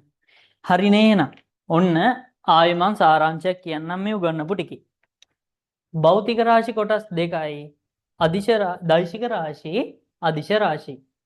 දෛශික රාශියක් කියන්නේ ළමයි විශාලත්වයක් සහ දිශාවක් තියෙන භෞතික රාශි වලට අපි කියනවා දෛශික රාශි කියලා. දෛශික රාශි වලට උදාහරණ ගත්තොත් ළමයි අපිට තියෙනවා බලය, ප්‍රවේගය සහ විස්ථාපනය. මීට තව යටින් ගොඩක් තියෙනවා. ත්වරණය තියෙනවා, මන්දනය තියෙනවා. තව උදාහරණ ලියන්න පුළුවන් ඔයාලට. එතකොට අපිට බලය විශාලත්වයක් විතරක් කියලා මදි. දිශාවකුත් කියන්න ඕන. මේ ප්‍රවේගය කියන්නෙත් එහෙමයි. විස්ථාපනය කියන්නෙත් එහෙමයි. මම මේ දෙක මොකක්ද කියලා දෙන්න ඉස්සරහට. ඊළඟට අදිශ රාශි ස්කේලර්ස්. ස්කේලර්ස් ගත්තහම only මේ ඉංග්‍රීසි මීඩියම් අය ස්කේලර්ස් වල ලියන්න a scalar has only magnitude. A scalar has only magnitude. විශාලත්වයක් පමණක් සහිත භෞතික රාශි. එයාට තියෙන විශාලත්වයක් විතරයි. දිශාවක් ඕනේ නැහැ. එයාට දිශාවක් කියන්නේ නැහැ. උෂ්ණත්වය, ස්කන්ධය, දුර, කාලය හොඳම උදාහරණය. හොඳ වෙලාවට මතක් වුණේ. මේකට දාගන්න කාලය. time. අන්න හොඳ උදාහරණයක් මතක් වුණා. කාලය කියන්නේ අදිශ රාශියක්. මොකද අපිට කාලය ගැන කියද්දී අපි දිශාවක් කියන්නේ නැහැ. කාලය ටයිම්.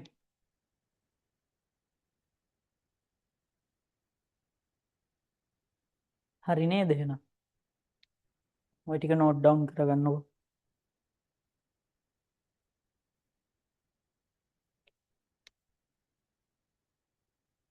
මම මේ චුට්ට යන්නේ නිව්ටන් නියම වෙනකන් ඈ. ඔයාලට අද ලොකු දෙයක් කරන්න හිතාගෙන ඉන්නවා නිව්ටන් නියමත් පොඩ්ඩක් කියලා දෙන්න. ඔව්ම මෙයා 10 වසර ඉගෙන ගත්තානේ නිව්ටන් නියම. ඔන්න වෙනස් විදියකට අද මං කියලා දෙන්න. නිව්ටන් නියම තේරුම් නැත්තම් අද කියලා දෙන්න නිව්ටන් නියම ගැන හරියටම. මේ ගාණක් හදාගන්න බැරුව තිබ්බනම් 10 වසරේ ඔයාලට දීලා තියෙන ප්‍රශ්න පත්‍ර වල ලකුණු අඩු වුණා නම් අද වෙනස් විදියකට ඉගෙන ගමු.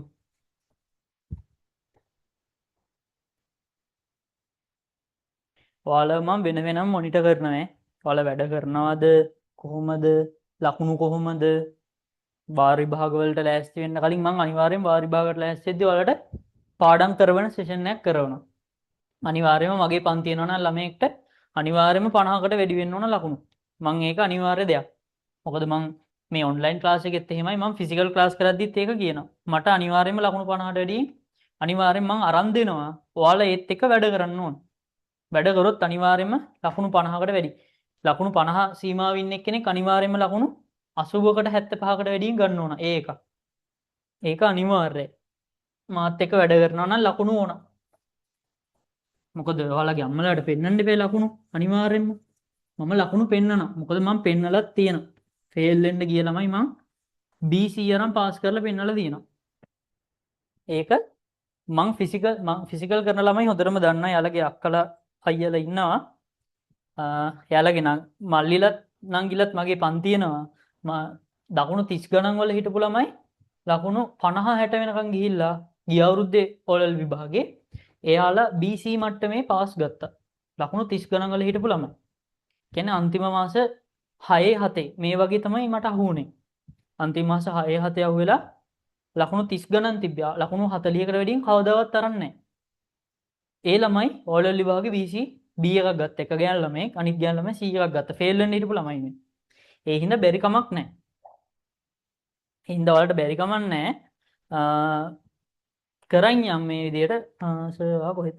මම මේ ගොම ඉන්නේ කටාන ඉන්නේ. ඔයාලට කිසි ප්‍රශ්නයක් නැහැ. ඕන ප්‍රශ්නයක් අහන්න මම උත්තර දෙන්නම් ඔය විදිහට යන් මේ විදිහට කරන් යන් ඔයාලා බය වෙන්න එපා ඔන්ලයින් කියලා ඔයාලා මිස් වෙන්නේ නැහැ. මොකද මට ළමයි ගොඩ දෙනෙක් කියන මට වෙලාවක් නැති හින්දායි මම මේ ඔන්ලයින් ක්ලාස් එක පටන් ගත්තේ. ඔයාලට කිසි පාඩුවක් වෙන්න දෙන්නේ නැහැ. ඔයාලට මේ සිලබස් එක සම්පූර්ණයෙන්ම කවර් වෙනවා. ෆිසිකල් පන්තියක් කරා වගේම. මොකද ඔයාලට හෝල් ක්ලාස් වලදී සර්ගෙන් ප්‍රශ්නයක් අහන ප්‍රමාණය අඩුයි. අහන්න හම්බෙන ප්‍රමාණය අඩුයිනේ.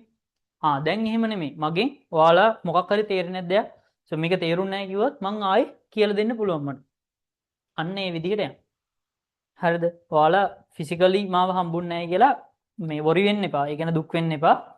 මොකද මම ඔයාලා මොනිටර් කරනවා. ඔයාලට ලකුණු අරන් දෙනවා අනිවාර්යයෙන්ම ලකුණු වැඩි කරලා දෙන්න.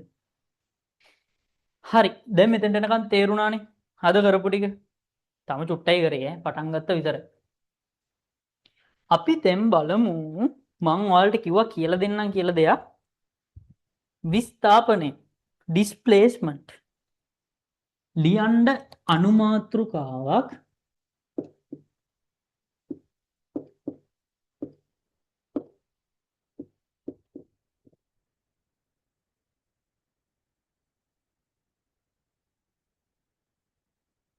විස්ථාපනය නැත්තම් ඩිස්ප්ලේස්මන්ට් විස්ථාපනය නැත්තම් ඩිස්ප්ලේස්මන්ට් ඔයාලගේ යාළුවෝ ඉන්නවා නම් සම්බන්ධ කරන්න තව යාළුවෝ ඉන්නවා නම් එකතු කරගන්න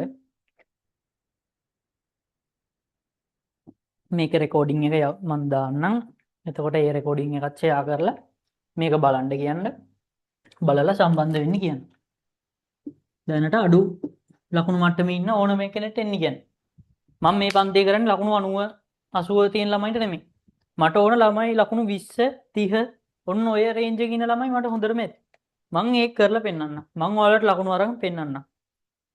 එන්න ඇවිල්ලා මාත් එක්ක මේ වෙලාවේ වැඩ කරන්න. ඔයාලට ලකුණු වැඩි වෙන විදිය ඔයාලටම තේරෙයි ඉස්සරහට. එන්න ලකුණු 5 10 තියෙන ළමයි එන්න. මං ඔයාලට ලකුණු අරන් දෙන්නම්. මාත් එක්ක වැඩ කරයියා. හරි. අපි බලමු විස්ථාපනය කියන්නේ මොකක්ද කියලා. දැන් පද දෙකක් තියෙනවා. ටර්ම්ස් දෙකක්. දුර සහ විස්ථාපනය.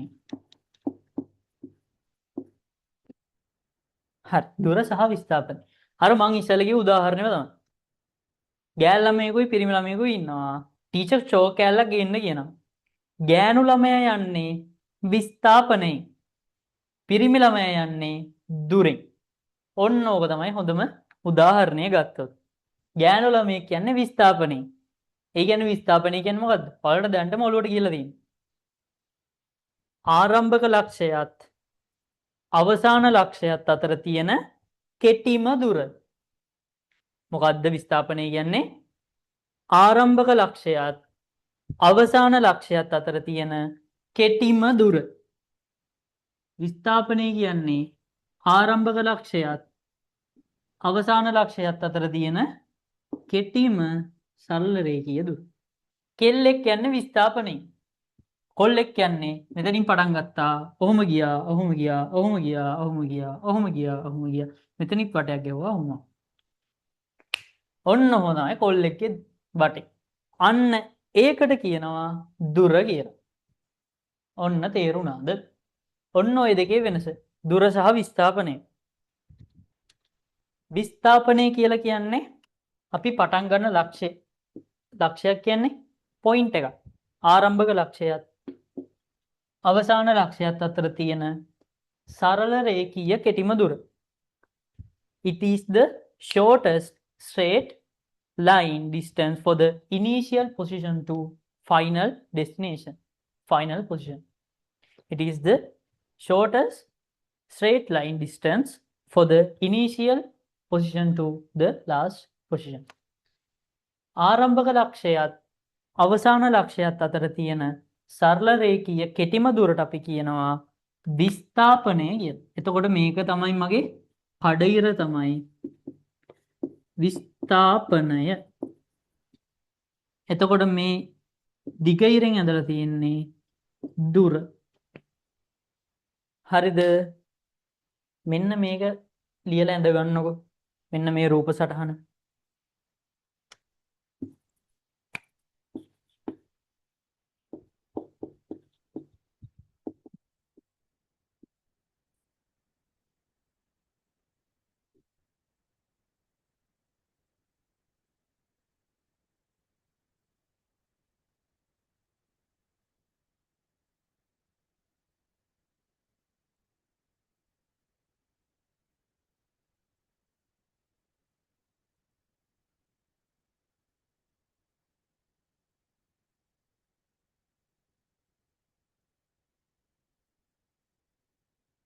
ඔන්න ඕක ඇඳ ගන්න.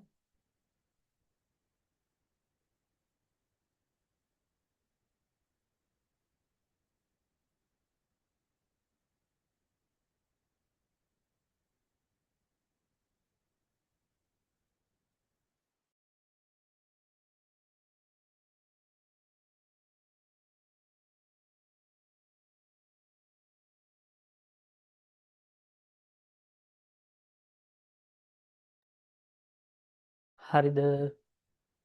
ඔන්න ඕක ඇඳ ගන්නකො.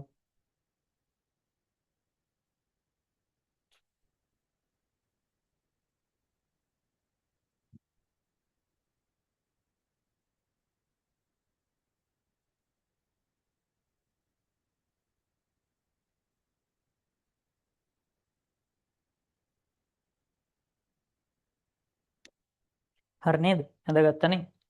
හරි. එහෙනම් තරොත් දාලා ලියන්න. මේකට යටින් තරොත් දාලා ලියමු. විස්ථාපනය යනු විස්ථාපනය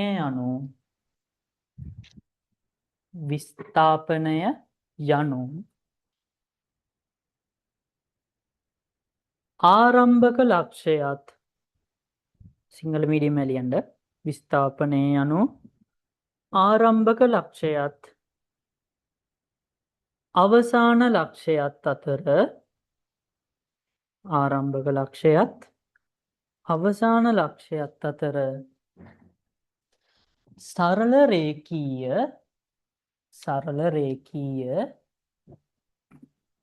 කෙටිම දුර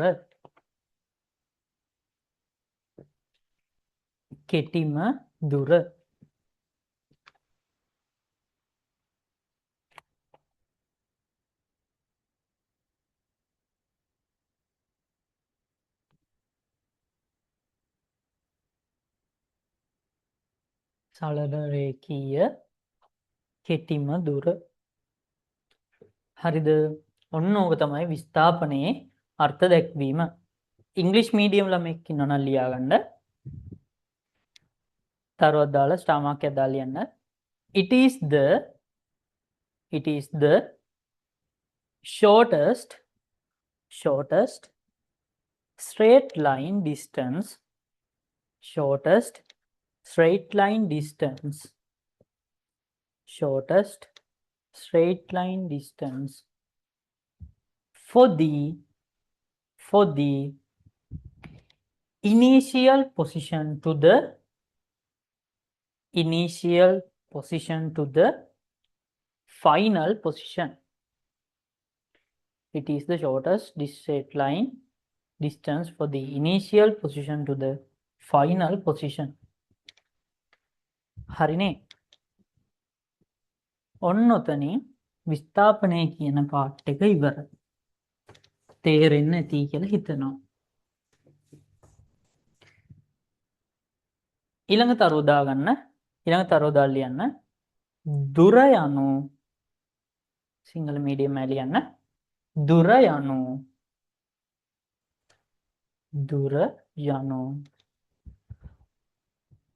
ආරම්භක ලක්ෂයත් අවසාන ලක්ෂයත් අතර ආරම්භක ලක්ෂයත් අවසාන ලක්ෂයත් අතර ගෙවා ගිය මුළු දිග ආරම්භක ලක්ෂයත් අවසාන ලක්ෂයත් අතර ගෙවා ගිය මුළු දිග. හරිද? දුර යනු ආරම්භක ලක්ෂයත් අවසාන ලක්ෂයත් අතර ගෙවා ගිය මුළු දිග. ඉංග්‍රීසි මීඩියම් එකේ ලියන්න. Distance is the total length of the path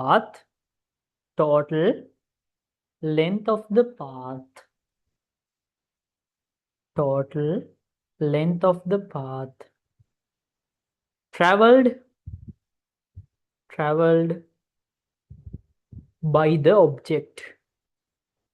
Distance is the total length of the path traveled by the object.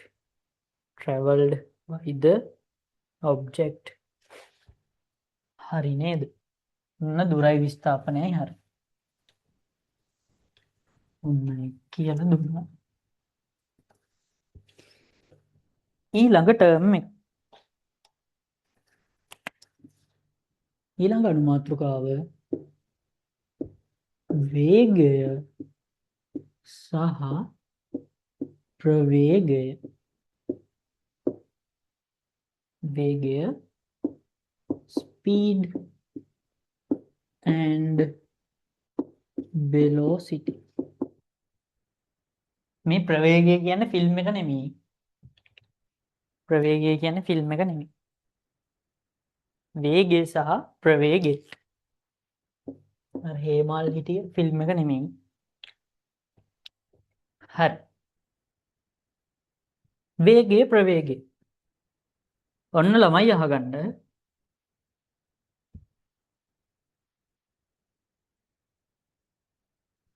අනුමාත්‍රකාව දාගන්නකො.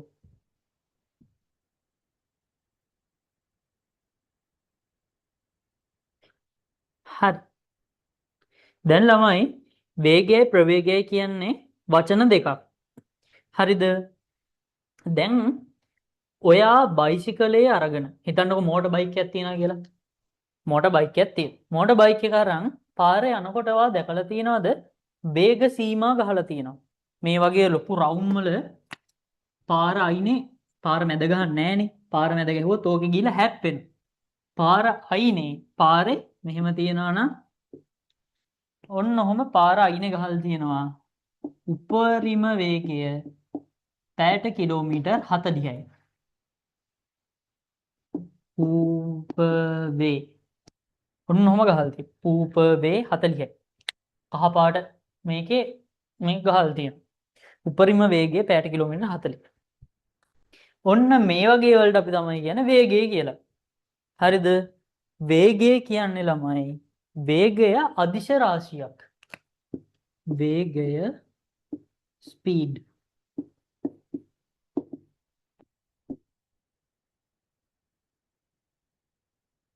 වේගය අදිශ රාශියක්.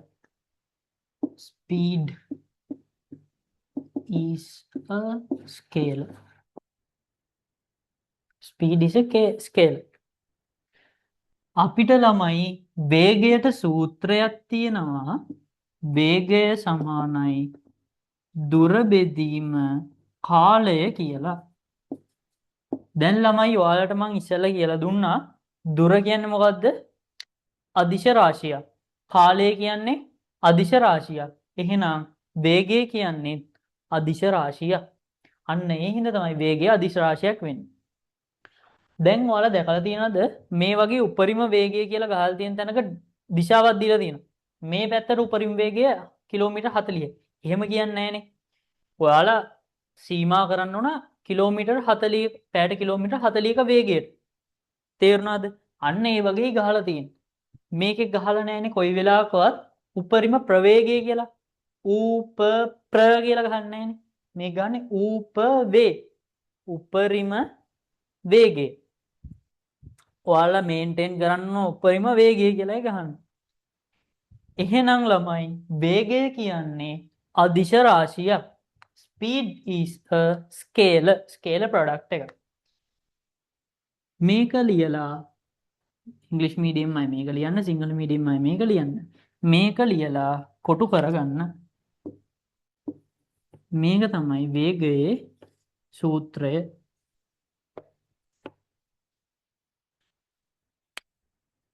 වේගය අදිශ රාශියකි.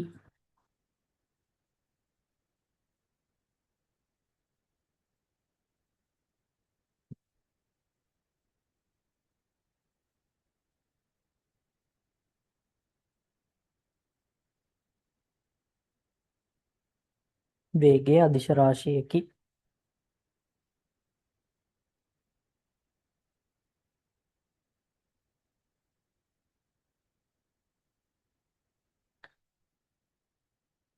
Speed is a scale. මේක ඉංග්‍රීසි මීඩියම් අය ලියන්නේ මේ. Speed equals distance divide by time. Distance divide by time. මේ අද විතරයි මෙහෙම කරන්නේ. ඉංග්‍රීසි සිංහල ඔක්කොම එකට දාලා ලබන සතියේ ඉඳන් වෙන වෙනම කරන්නේ. ගෲප් දෙකක් මම හදනවා ඉංග්‍රීසි අයටයි සිංහල අයටයි. එතකොට වෙලාවල් දෙකක් කරන් තමයි කරන්නේ. ඉංග්‍රීසි මීඩියම් අයට වෙනම, සිංහල මීඩියම් අයට වෙනම.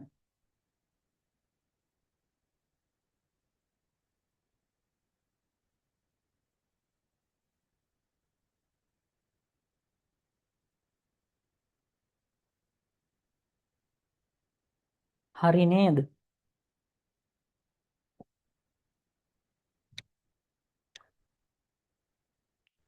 වේගය අදිශ රාශියකි.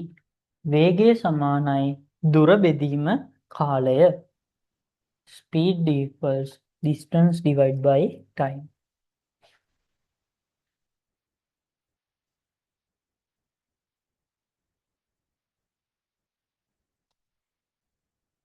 හරි. අපි ඊළඟට බලමු ප්‍රවේගය.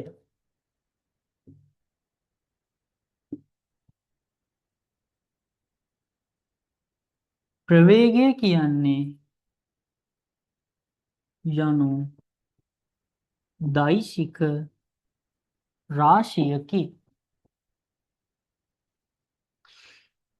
Velocity is a vector. Velocity is a vector. හරි. දැන් බලමු ප්‍රවේගයේ සූත්‍රය මොකක්ද කියලා. ළමයි ප්‍රවේගය සමානයි විස්ථාපනය බෙදීම කාලය. විස්ථාපනය බෙදීම කාලය. මෙන්න මේක තමයි ප්‍රවේගයේ සූත්‍රය. ප්‍රවේගය කියන්නේ ළමයි දෛශික රාශියක්. මොකද මං ඔයාලට කිව්වා නේද විස්ථාපනය කියන්නේ සරලව කෙටි දුර කියලා. එහෙනම් අපිට දිශාවක් තියෙනවනේ විස්ථාපනයේට. වා මේ පැත්තට කෙලින් යන්න ඕන. සරල කෙටිම දුර. සරල රේඛීය දුර. එහෙනම් විස්ථාපනය කියන්නේ දෛශික රාශියක්. එහෙනම් ප්‍රවේගය කියන්නේ දෛශික රාශියක් තමයි. මොකද මෙයා අදිශයක් හින්දා. ඔන්න ඔක ලියාගන්න.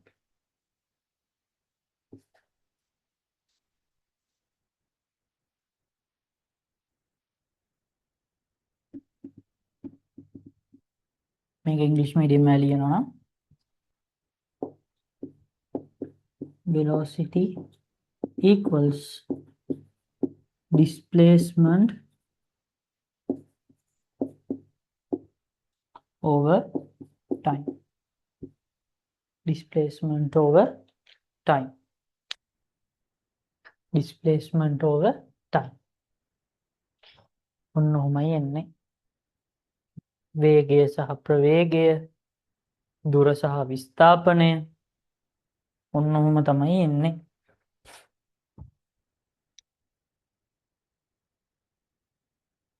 ඔයාලත් හදන්න ෆිල්ම් එකක් ඊළඟට ත්වරණය කියලා. භෞතික රාශි වලින් යන්නේ. ප්‍රවේගයක් ආවනේ. ඊළඟට හදන්න ඕල ෆිල්ම් එකක් ත්වරණය කියලා.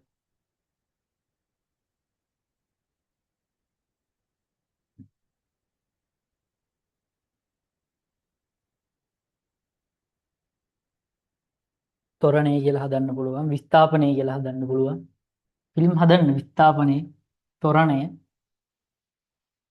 ලොකු වුණාම හදන්න ෆිල්ම්. භෞතික රාශි දාලා. හරි නේද?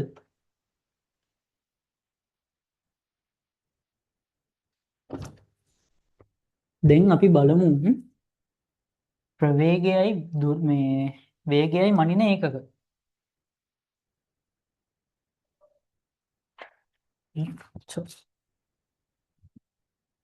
units මනින ඒකක නැත්නම් units. අපි ළමයි වේගය ප්‍රවේගය දෙකම මනින්නේ එකම ඒකක වලින්. මොකද වෙන වෙනම ඒකක නැහැ. හරිද? ඔයාලා දැකලා තියෙනව නේද? වේගය මනින්නේ මොකෙන්ද? පැයට කිලෝමීටර්. පැයට කිලෝමීටර්. මේ එක මයිනස් එක ඍණ එක කියන්නේ පැයට කියන එක. කිලෝමීටර්. නැත්තම් තප්පරයට මීටර්. ප්‍රවේගයයි වේගයයි මනින ඒකක තමයි පැයට කිලෝමීටර් නැත්තම් තප්පරයට මීටර්. තප්පරයට metre. kilometers per hour and meters per second. ඔන්න ඕවලින් තමයි මනින්නේ. යටින් ඕකත් ලියා ගන්න. ඔයාලා දන්නවනේ ඉතින් දුර විස්ථාපනය මනින්නේ එක්ක මීටර් නැත්තම් කිලෝමීටර් වලින්. මේවා චූටි දේවල්.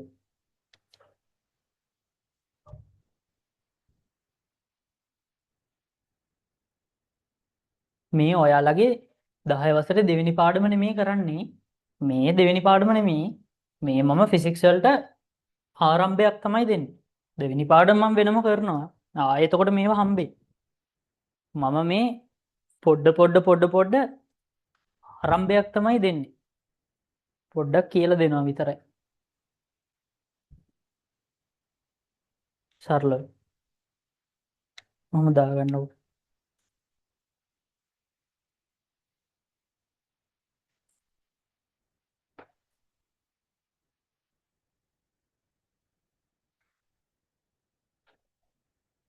හරි නේද? ලියාගෙන ඇති කියලා හිතන්න.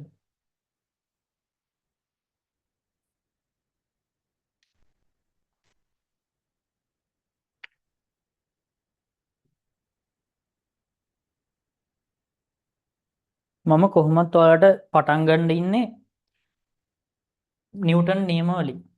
ඔයාලගේ ඉන්ටරෙස්ටිං පාර්ට් එකක් ෆිසික්ස් වල නිව්ටන් නියම වලින් තමයි පටන් ගන්න ඉන්නේ. නිව්ටන් නියම කරනවා ඉස්සෙල්ලාම. මොකද මේ නිව්ටන් නියම කියන්නේ හරිම ලේසි පාඩමක්. සමහරක් ළමයින්ට අමාරු පාඩමක්, සමහරක් ළමයින්ට ලේසි පාඩමක්. ඒ හින්දා මම නිව්ටන් නියම වලින් පටන් ගන්නයි ඉන්නේ. අපි නිව්ටන් නියම වලින් කරයියන්. ඉස්සෙල්ලාම ඒකෙන් තමයි පටන් ගන්න හිතාගෙන ඉන්නේ මම. අපි දැන් මේ කරපු වලට උදාහරණයක් දාගමු.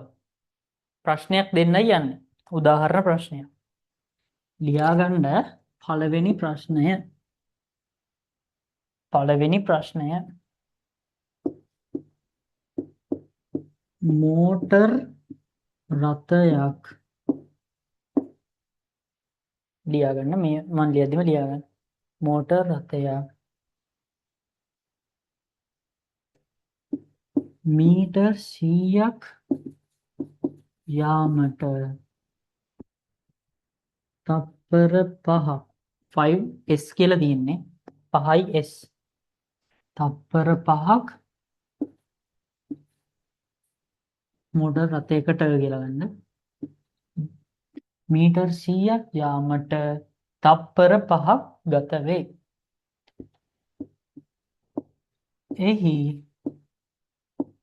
වේගය සොයන්න. එහි වේගය සොයන්න.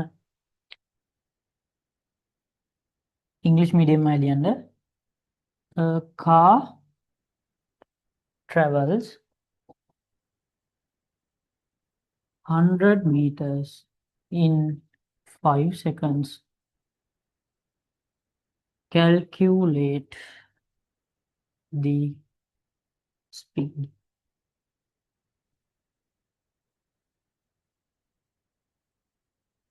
A car travels 100 meters in 5 seconds.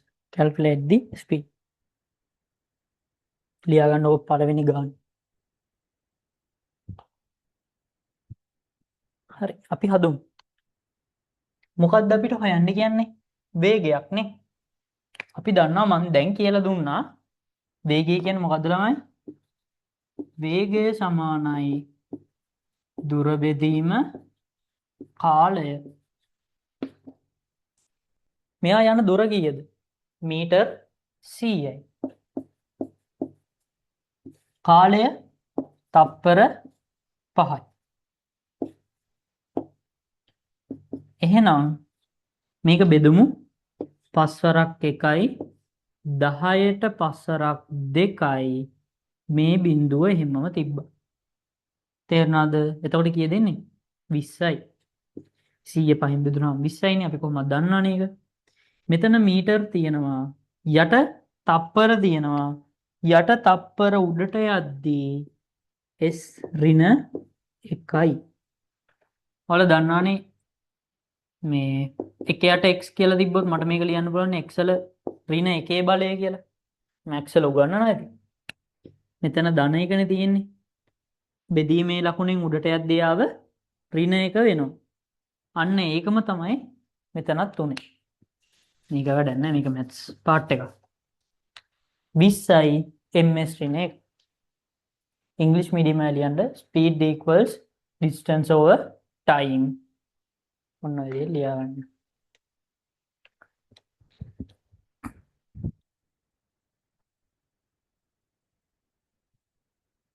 ඔන්න ඔය ගාන ලියාගෙන හදාගන්න.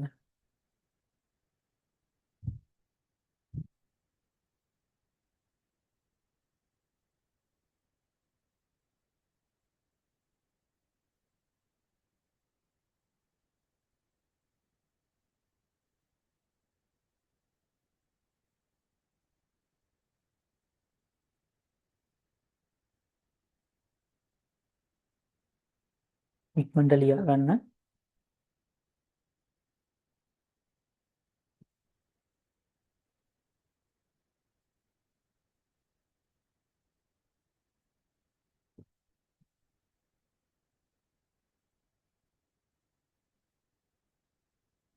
දැන් මං ඔයාලට ගානක් දෙන්නයි යන්නේ.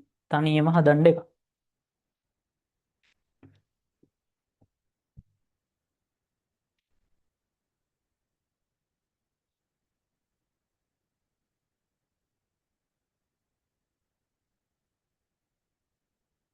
තනියම හදන්න ගානක් දෙන්න.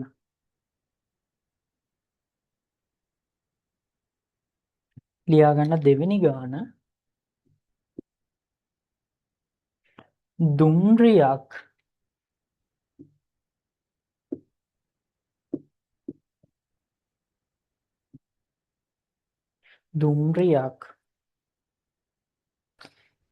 තප්පරයට මීටර් 20ක වේගයකින්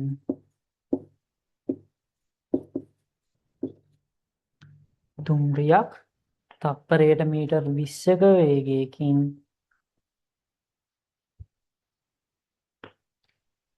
තප්පරයට මීටර් 20ක වේගයකින් තප්පර දෙකක් ගමන්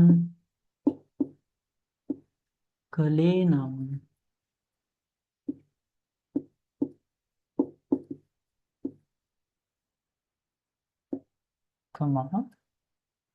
ගමන් කළේ නම්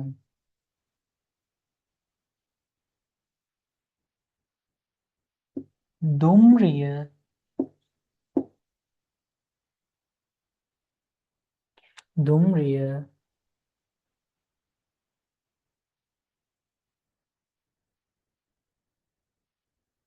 ගමන් කළ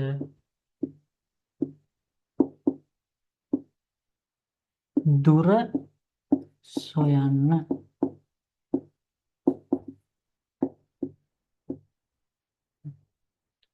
දුම්රිය තප්පරයට මීටර් 20ක වේගයකින් තප්පර දෙකක් ගමන් කළේ නම් දුම්රිය ගමන් කළ දුර සොයන්න. ඔන්න චුට්ටක් වෙනස් ගානක්. ලොකු අමාරුවක් නැතුව ඇති. බලන්න හදන්න බලන්න try එකක් දෙන්න. මං ඉංග්‍රීසි මීඩියම් එකටත් ලියන්න. A train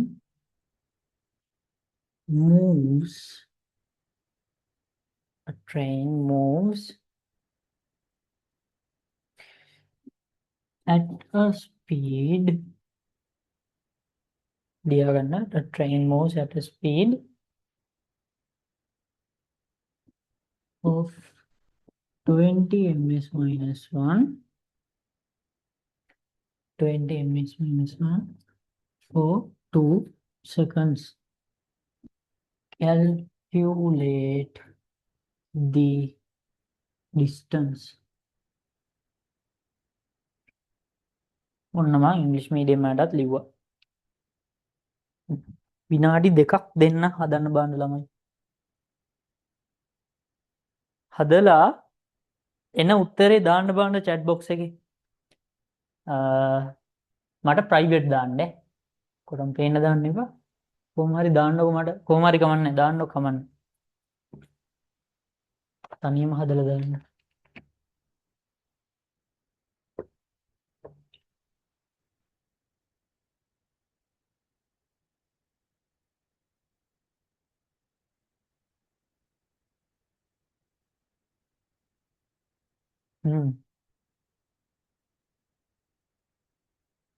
උත්තරයක් දාලා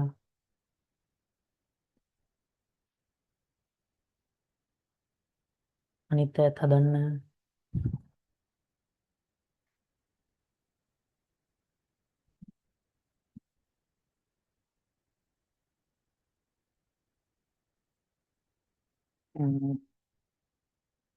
පොඩ්ඩක් බලන්න දීපු ගාන.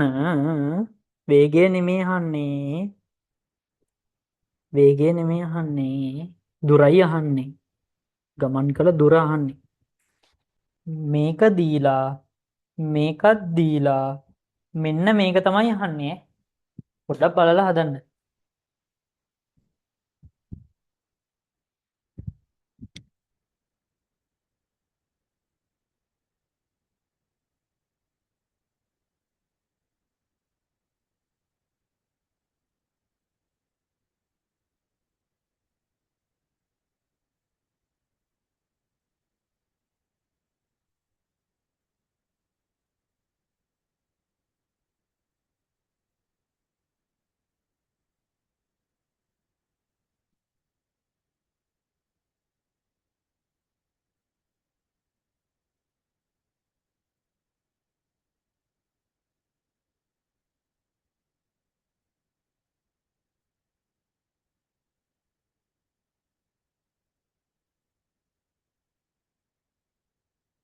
දැන් ළමයි අපිට වේගය දීලා තියෙන්නේ.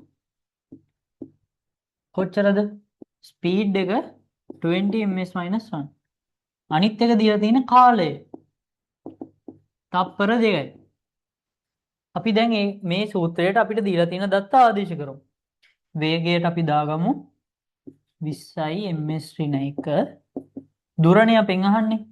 ඒක දුර කියලා තියමු. කාලය තප්පර 2යි. දැන් ළමයි වේගයට 20ක උත්තරයක් එන්න මොන සංඛ්‍යාව දෙකෙන් බෙදුවාමද 20ක් වෙන්නේ? අන්න එහෙම ගන්න ඕන. නැත්තම් ඔයාලගේ ගණිතයේදී උගන්වනවා හරස් ගුණ කිරීම කියලා දෙයක්. හරිද? හරස් ගුණ කිරීම.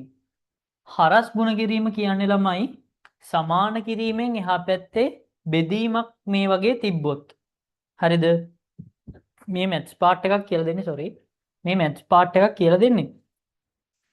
ළමයි හරස් ගුණ කිරීම කියන්නේ අපිට පුළුවන් සමාන කිරීමකින් දෙපැත්තට හරස් විදිහට ක්‍රොස් එකක් එන්න සුළු කරන්න. තේරුණාද? ඒ කියන්නේ මෙහෙමයි.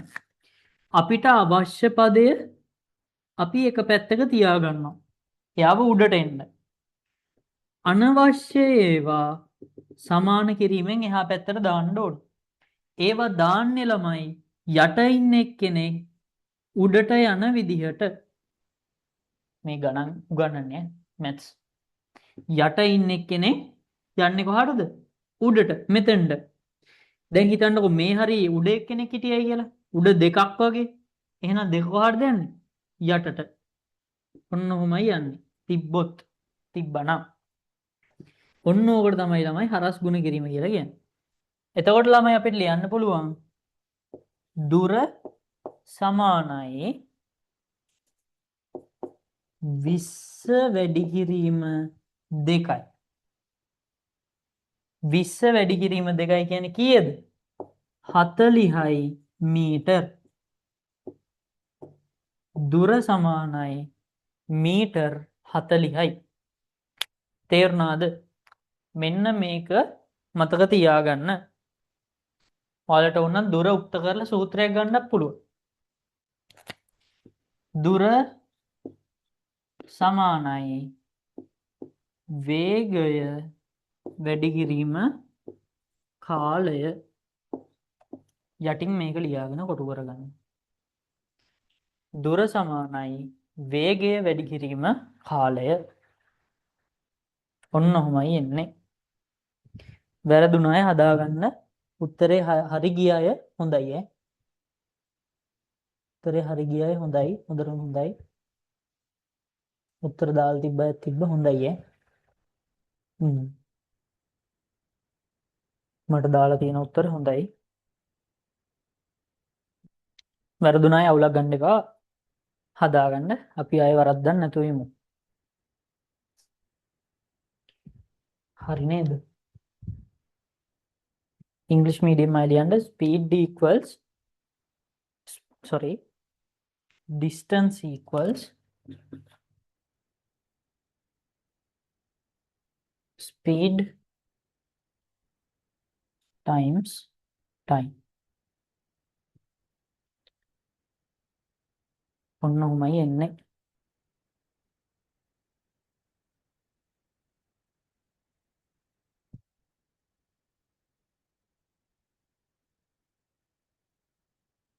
මේක ලියාගන්න මම මේ ටිකම කරන්නේ. ලියාගන්න.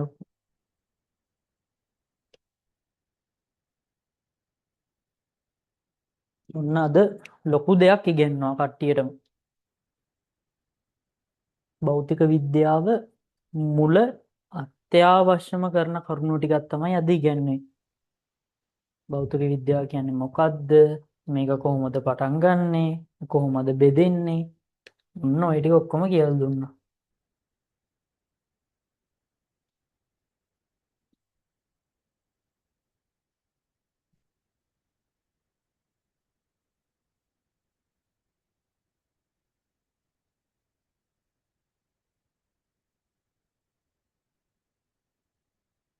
හරි නේද ළමයි?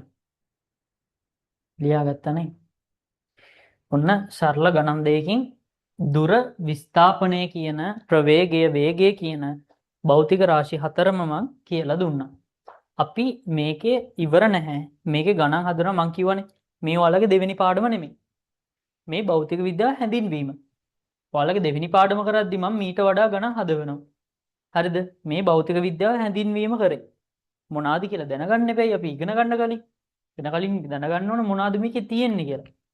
අන්න ඒ ටික තමයි මේ සරලව කියලා දුන්නේ. හරිද?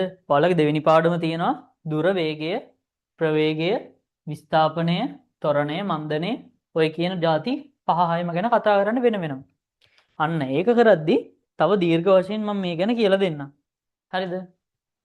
මේ සරල දැනට කියලා දීමු ටික ඔලුවට දාගන්න. හරි නේද? දැන් මට කියන්න ඔබ බලන්න තේරුණාද කියලාද කරපු ටික? බලන්න මැසේජ් එකක් දාන්න බලන්න තේරිච්ච අය. තේරුණාද කොහොමද? පැහැදිලිද කියලා?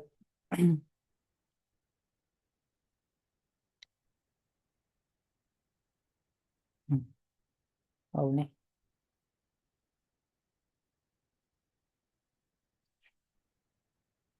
හරි.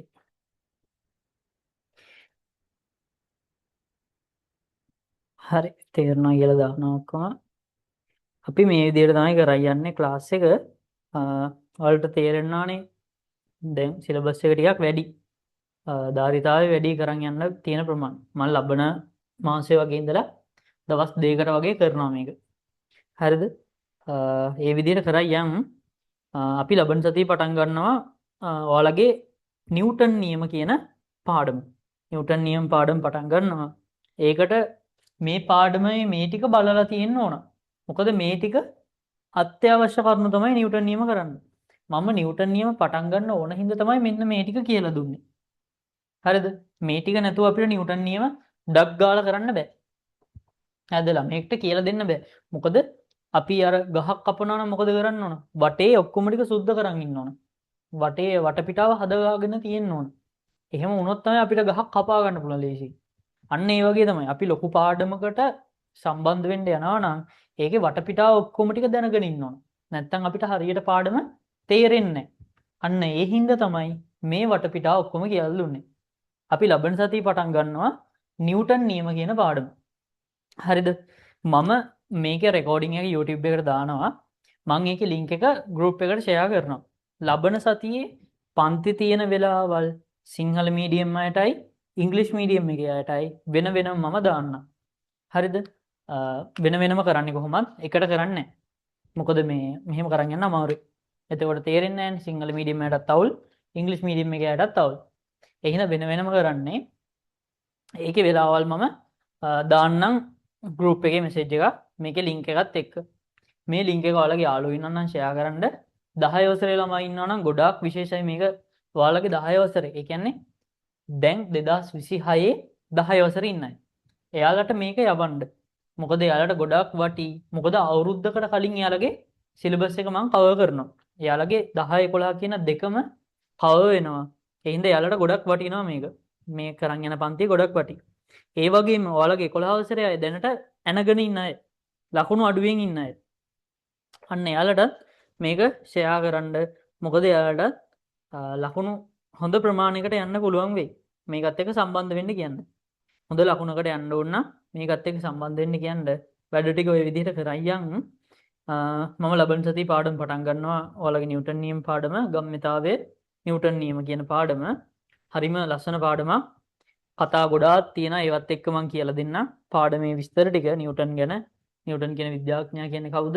ඔය ඔක්කොම ටික කියලා දීලා තමයි පාඩමට යන්නේ. මේක බෝරින් කරන්නේ නැහැ මම. සාම්ප්‍රදායික ඔයාලා ඉගෙන ගන්න විදිහට නෙමෙයි මේක යන්නේ. ඔයාලට දැන්ටම තේරෙන්න ඇති මම උගන්වන විදිහ. අන්න ඒ විදිහට කරයියන්. ඔය ටික තමයි තියෙන්නේ. මම link එක දාන්නම් group එකට. අදට මෙතනින් නවත්වමු එහෙනම්.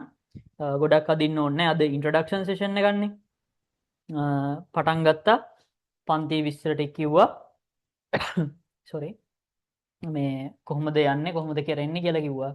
ඒ වගේම දැන් තව දවස් 9කින් විභාගෙ ලියන්න ඉන්න අයට මම සෙමිනාර් එකක් කරනවා ලබන සතියේ. ඒකට සම්බන්ධ වෙන්න. ඔයාලගේ අයියලක් කලින් ඉන්නවනම් කියන්න. සෙමිනාර් එකක් කරනවා කියලා ඒකට සම්බන්ධ වෙන්න කියන්න. එයාලට ඒක වටි. හරි. එහෙනම් අද රෝටි නවත්තමු. ඔයාලට ආයුබෝවන්. ආයේ අපි ලබන සතිය හම්බෙමු. මම ගෲප් එකට දාන මැසේජ් බලන්න අනිවාර්යෙන්ම. මොනවා හරි ප්‍රශ්න තියෙනවා නම් මට පෞද්ගලික WhatsApp නම්බරයට මැසේජ් එකක් දාන්න මොනවා හරි ප්‍රශ්න තියෙනවා. හරි. අදට එහෙනම් මෙතන නවත්තමු. ආයුබෝවන්.